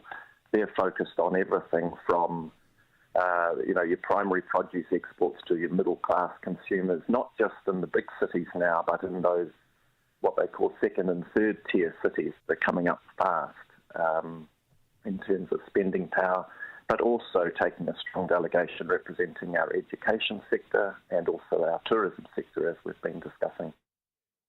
That was Alistair Crozier, Executive Director of the New Zealand-China Council, speaking to me earlier on News Talk ZB. Right, it is just gone 8:30. Here's Neva. Herald Now News. Powered by News Talk ZB. The Police Commissioner has confirmed he wants body cameras worn by frontline staff, and work is underway. Police considered buying cameras last year but decided to delay the decision. They're still looking into ways to deal with transparency issues laid bare when new tasers for frontline officers didn't include a camera. Richard Chambers says he tasked a member of his leadership team to look into options for body cameras. He says they'll come up with options over the next 12 months or so.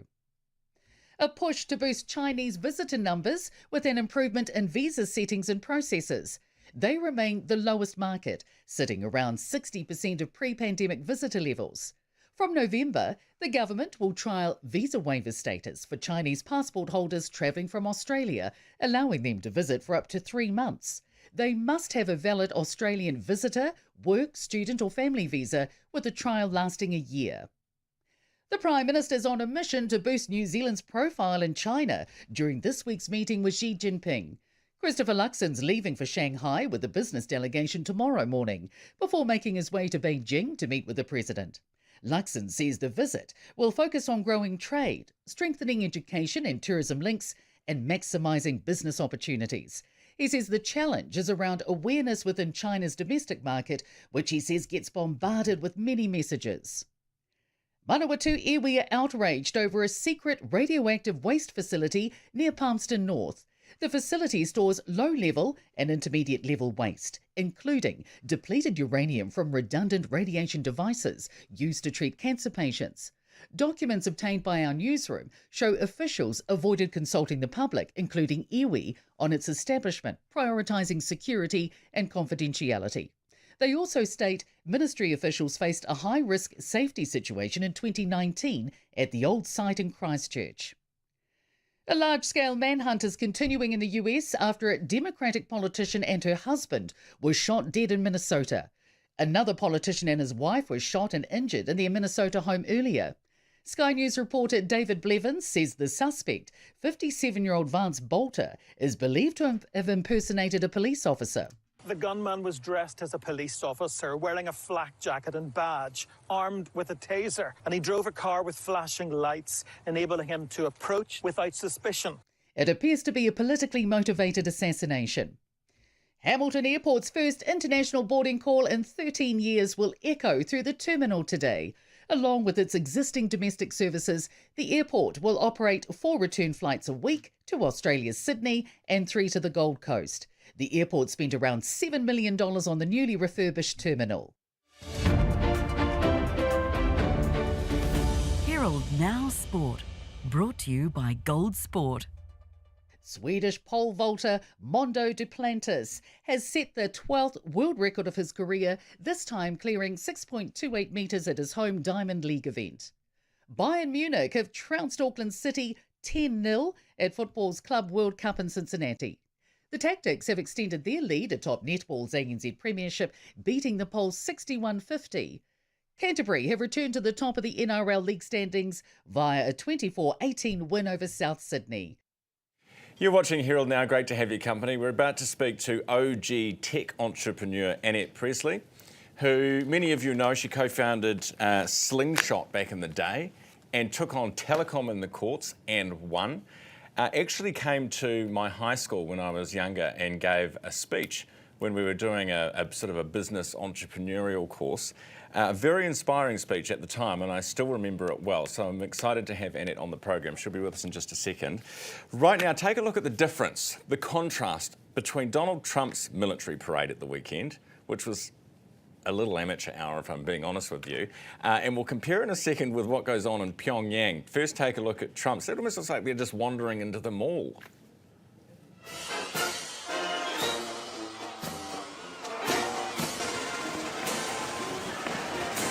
Headquartered in New York, this is the 42nd Infantry Division Band.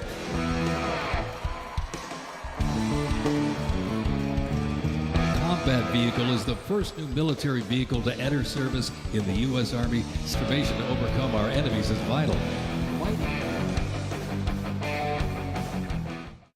Okay, that last bit is impressive. But there was no goose stepping, was there? Nothing like this.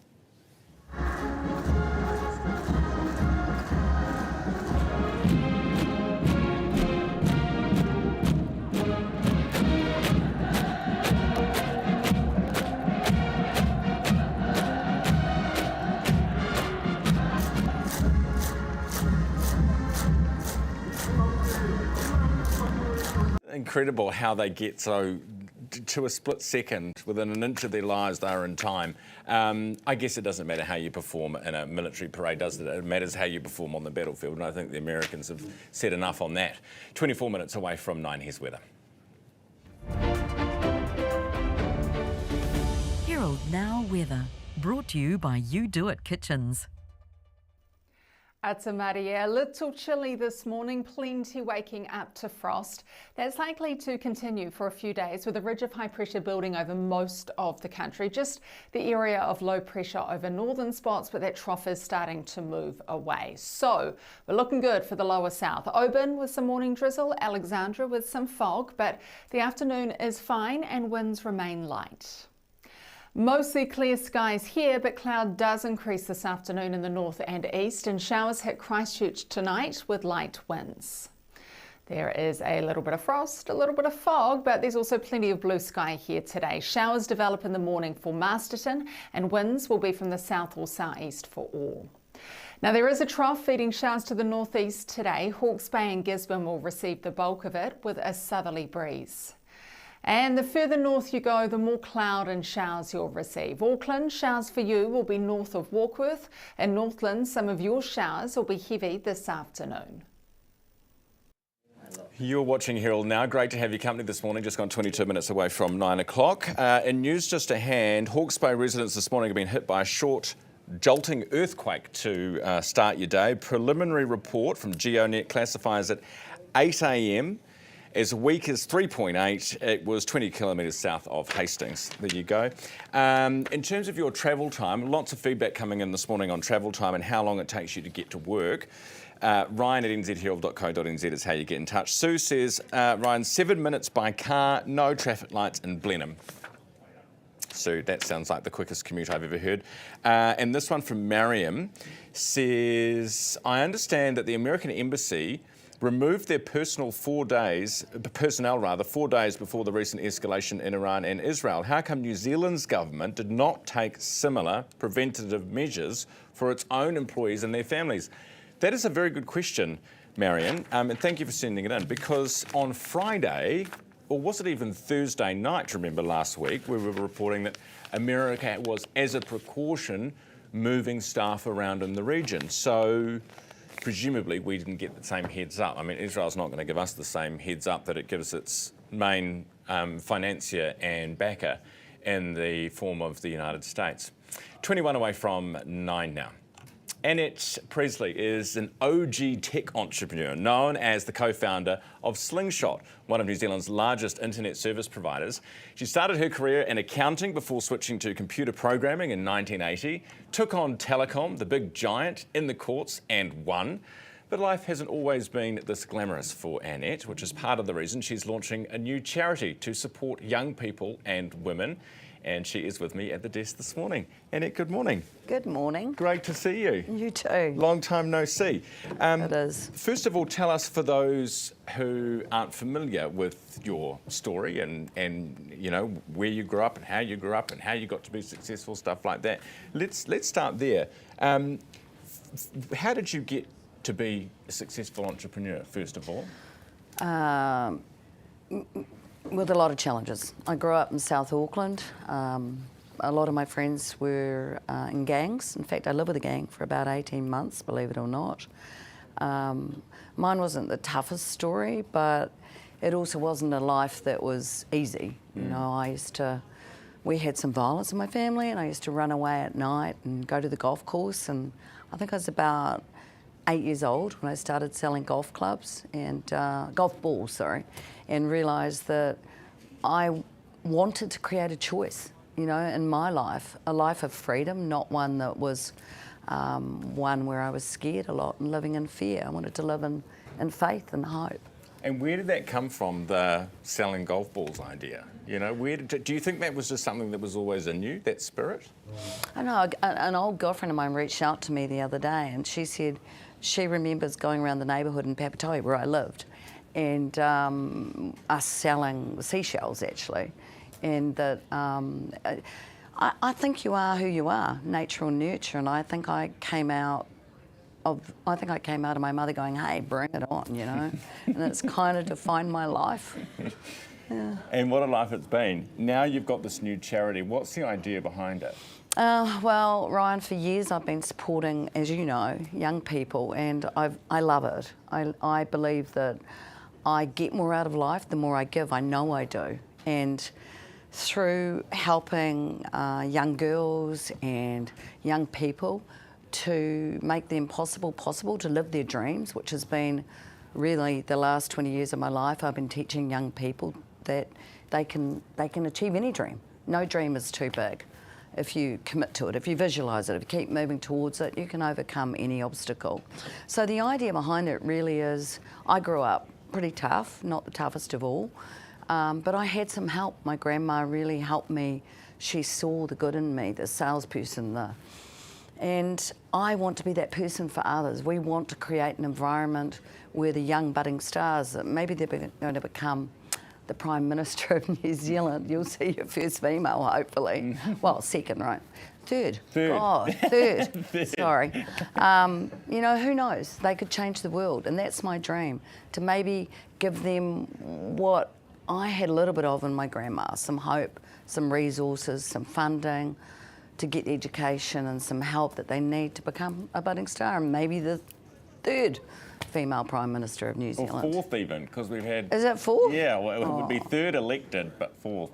Oh, yeah, you're right. because we had Jenny Shipley, of course, to yeah. begin with. Not that that's important, but what do you think that, you know, we hear a lot of debate these days about, you know, young people not having opportunity in this country, and, you know, we've got huge social problems, and, you know, having people starting big businesses is not the answer, and you know, we should tax those people a whole bunch more. This idea that if you are poor, that you can never be a billionaire, that if you come from a low income street, you can never achieve huge success. What do you say to that? Well, that's bullshit. You know, I came from really not a lot, and where focus goes, energy flows. What you dream of, sometimes the impossible, anything can come true. I mean, when you look at some of the most successful men in the world, and they are men mainly, they grew up in an environment that had a lot of challenges, and through that they got taught and learnt resilience, so that when tough times came along, they overcame those challenges to become, billionaires. Anybody can become a billionaire, not my definition of success, but anybody can achieve whatever they want to, as long as they have the resources, the environment, and I believe the support in order to get there. And that's what you're hoping to do? Yeah, well, I think we can do it, and we're really encouraging people to go onto our website, Annette Presley website, and you know, to apply, and hopefully we can really create some impact and some change. Well, best of luck. Thank you. I know you've done. Thank you for having me on. Absolutely. I know you've done fantastic work in the past, so I look forward to seeing what you might do in the future as well. Thank you, and I'm really proud to see you here. Thank you. Great to see you too. Now, I've got the website, so you don't have to remember it. Oh, thanks. It's nzherald.co.nz. If you want to head along there for more information and to make an application, it's nzherald.co.nz. Applications are open now. It's Annette Presley, founder of the Annette Presley Dream Foundation. It's just gone 8:45 and you're watching Herald Now. Banks Peninsula's coastal town of Littleton is rallying after a landslide and a fire that engulfed 3 homes. Joining me now for an update on Canterbury News is Claire Sherwood, News Talk ZB South Island News Director. Claire, good morning. Good morning. How is poor Littleton getting on? Yeah, poor old Littleton. They had a rough end to the week last week, Ryan. So as you said, the landslip happened late on Thursday night. That came down behind some homes, damaged one quite significantly, and also forced the evacuation of several others. Those properties are still unable to be lived in for now. So the community's been rallying behind them. There's been a fundraiser set up to support those who have had the significant damage to their home. While that was going on, then late on Friday, we had a fire rip through the hillside there on Littleton. It completely engulfed one home and then spread to the 2 on the sides as well. A bit of a sad story. The 2 people who owned the main property involved there have been renovating it and have been working really hard on that. They're a young couple. There was some real concern initially about their pets, particularly their Saint Bernard named Summit. I can report, because there's been lots of people asking, how's the dog? Did we find the dog? He was found, but he is seriously burned. So he is receiving some vet treatment, which of course just adds to the bills on top of everything else. The woman who owns that property was at work. She's a nurse, so all she has is the scrubs she was wearing at the time. The community, as a result, have started a fundraiser for that as well. They've already raised more than $11,000 to try to help them to get back on their feet.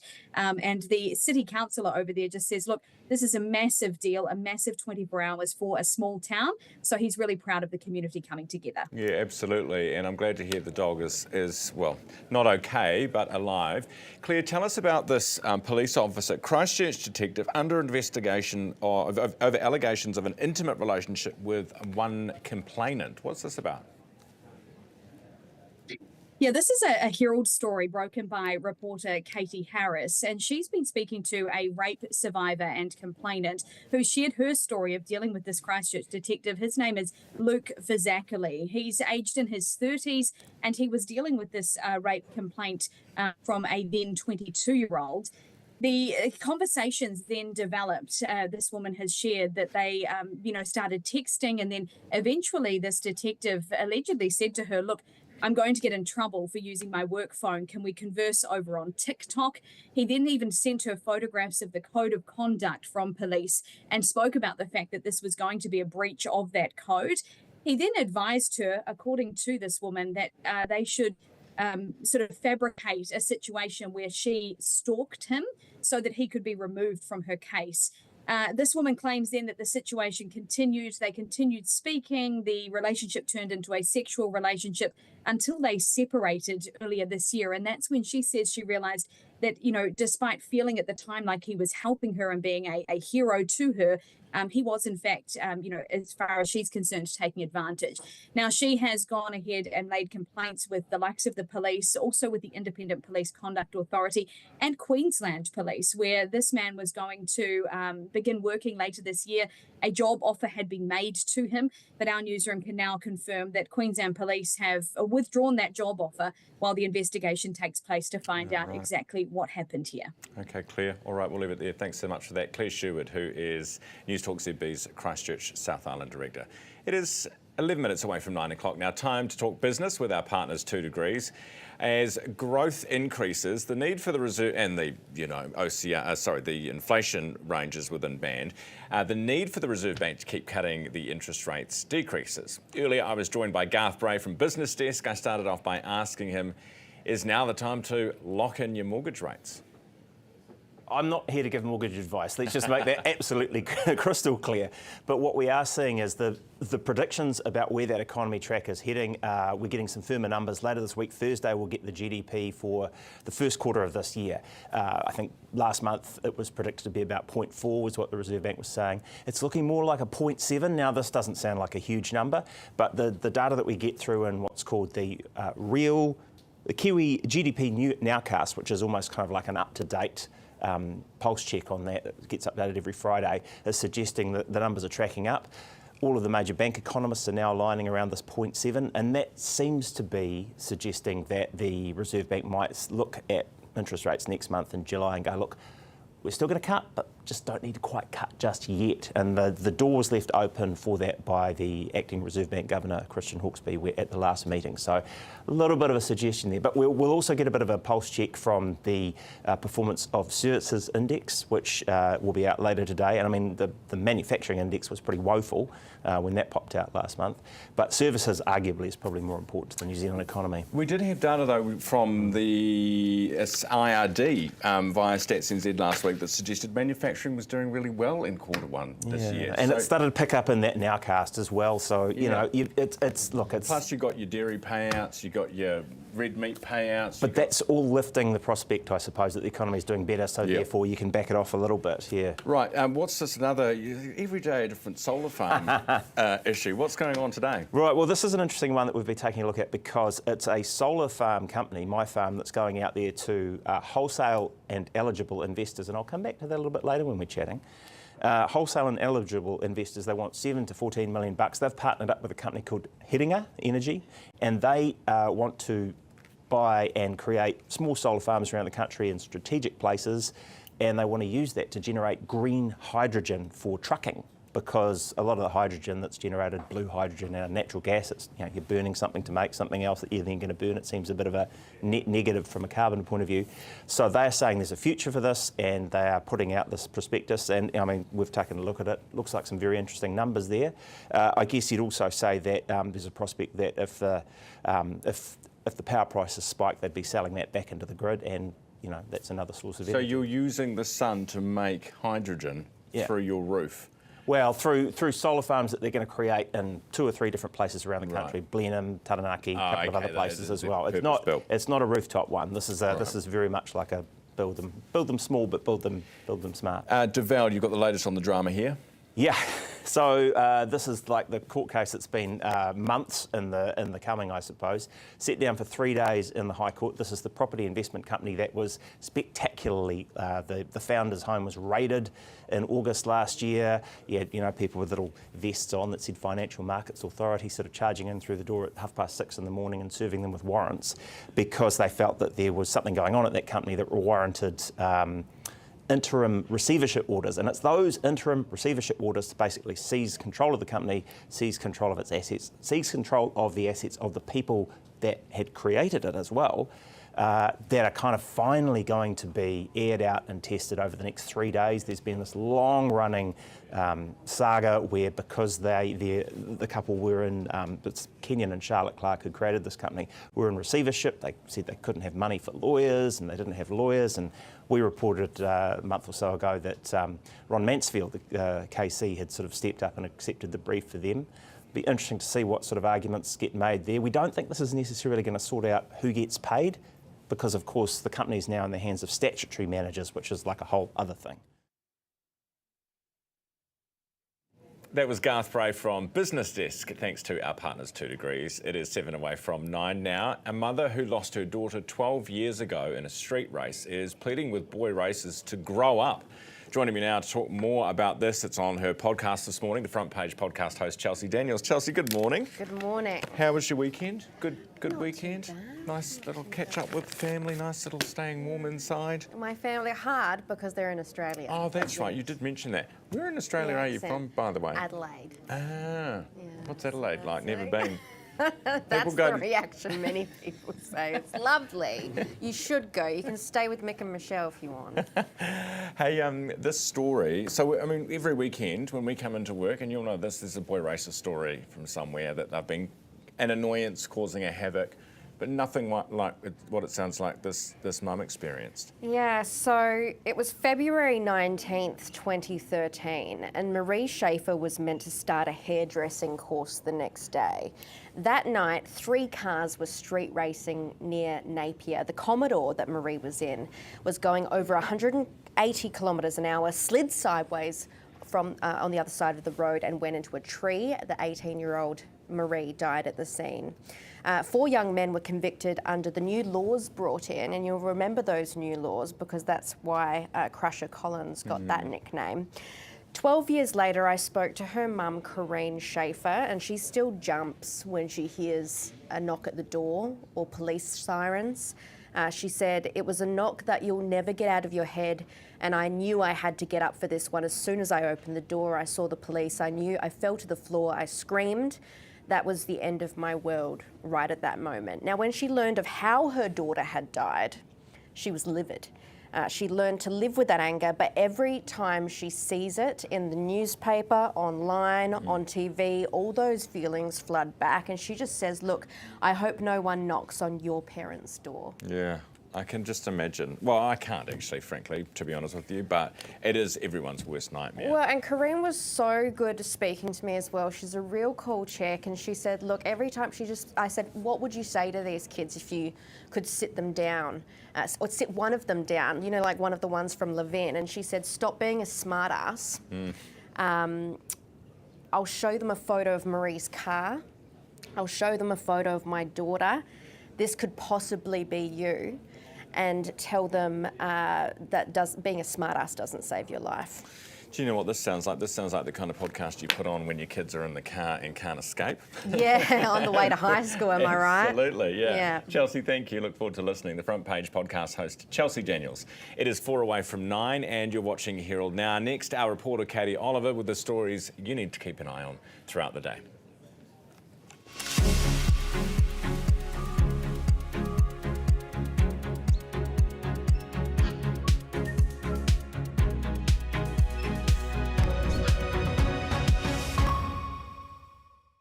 Of course we can set up the new smart TV for you.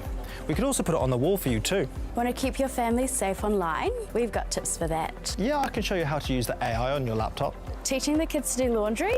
These washing machines auto-dispense the perfect amount of detergent, making it super easy to learn. Wait, what's a Ninja Creamy? Got tech questions? We've got answers. With 66 stores nationwide, your tech experts ready to help. Sing your heart out to Coast's feel-good 80s hits. Kenny Loggins, Whitney, John Farnham, Eurythmics, Bonnie Tyler, Eric Carmen. The most 80s are on Coast. Sing your heart out. Coast. After 20 seasons on the footy field, it's fair to say I know a thing or two about resilience, just like Kaiwaka wet weather gear. Digging deep when the going gets tough. Kaiwaka, designed to perform, made to outlast. We have completed 4 builds with GJ. Every time we want to think of building, we always go back to GJ. It's a really good experience throughout the whole process. They deliver what they promise on, and it feels like working with a family member. It's very easy and trustworthy to work with GJ.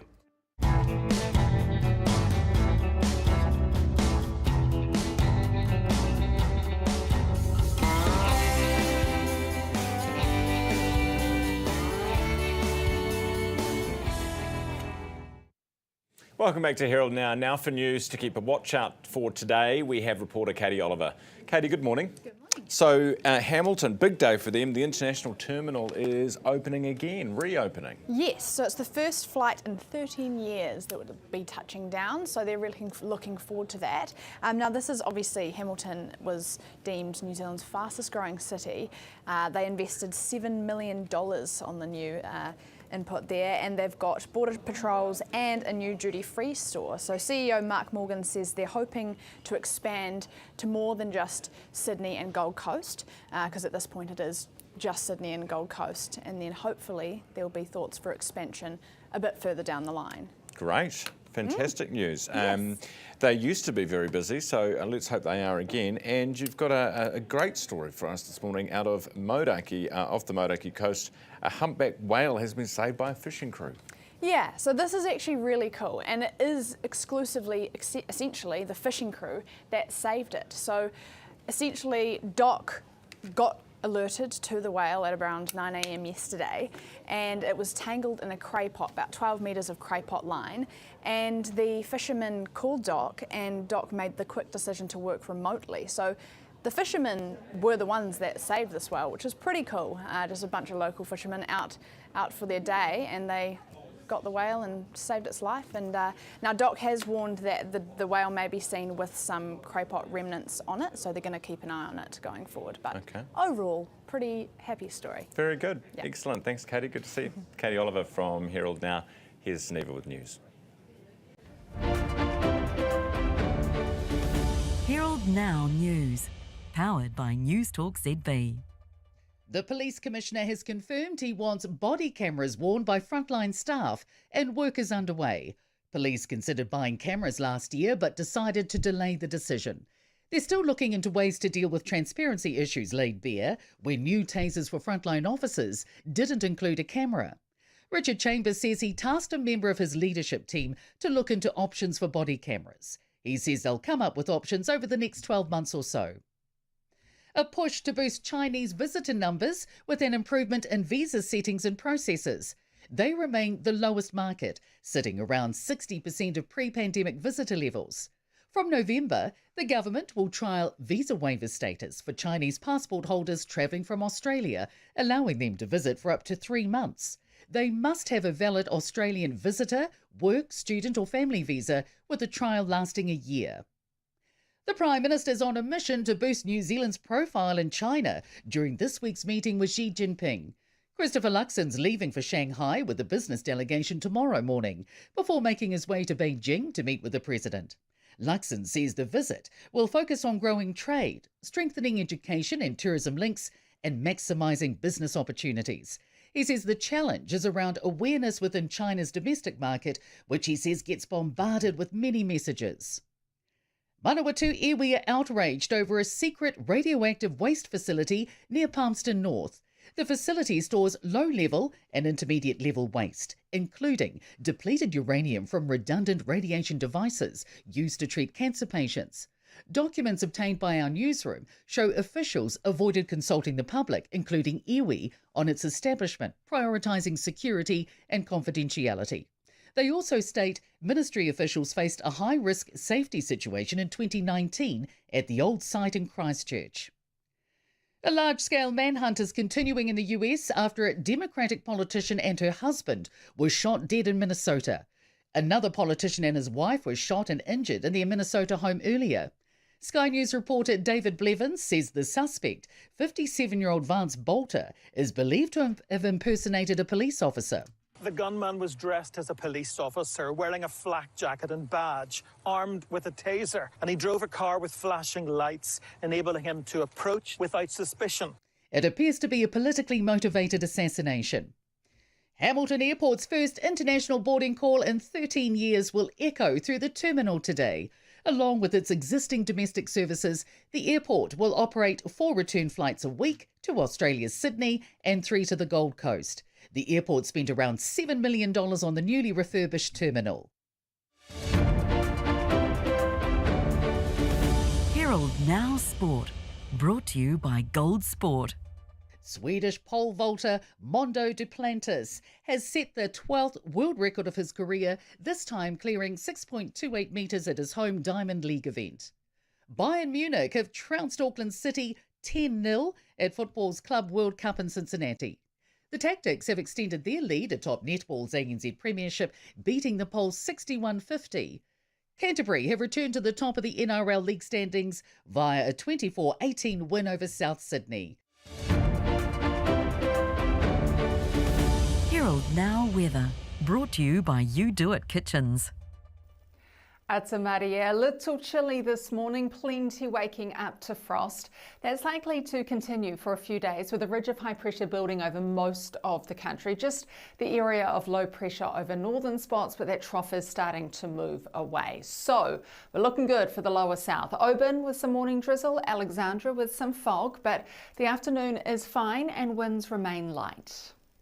Mostly clear skies here, but cloud does increase this afternoon in the north and east, and showers hit Christchurch tonight with light winds.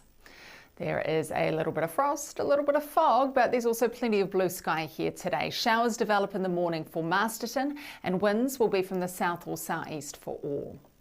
Now there is a trough feeding showers to the northeast today. Hawke's Bay and Gisborne will receive the bulk of it with a southerly breeze. And the further north you go, the more cloud and showers you'll receive. Auckland, showers for you will be north of Warkworth, and Northland, some of your showers will be heavy this afternoon. You're watching Herald Now. It is 5 minutes after 9 o'clock. In news just to hand, we are hearing that the Ministry for Foreign Affairs and Trade, MFAT, is warning all Kiwis to leave Israel as exchanges of fire with Iran continue. We've been reporting on this morning. Of course, we had the Prime Minister on, and we've spoken to a Kiwi who's living in Tel Aviv, going in and out of a bomb shelter. The advice is, if possible. So MFAT warning all Kiwis to leave Israel and the occupied territories if possible, because of the ongoing exchange of fire with Iran. Iran has, in the last few minutes, said that 224 people have been killed across its country since Friday. That was your news, sport and weather for the 9 o'clock hour. Thanks so much for joining us here on Herald Now. I'm Ryan Bridge. We'll be back again tomorrow from 7 o'clock. You can catch more news at nzherald.co.nz. Until tomorrow, have a great day.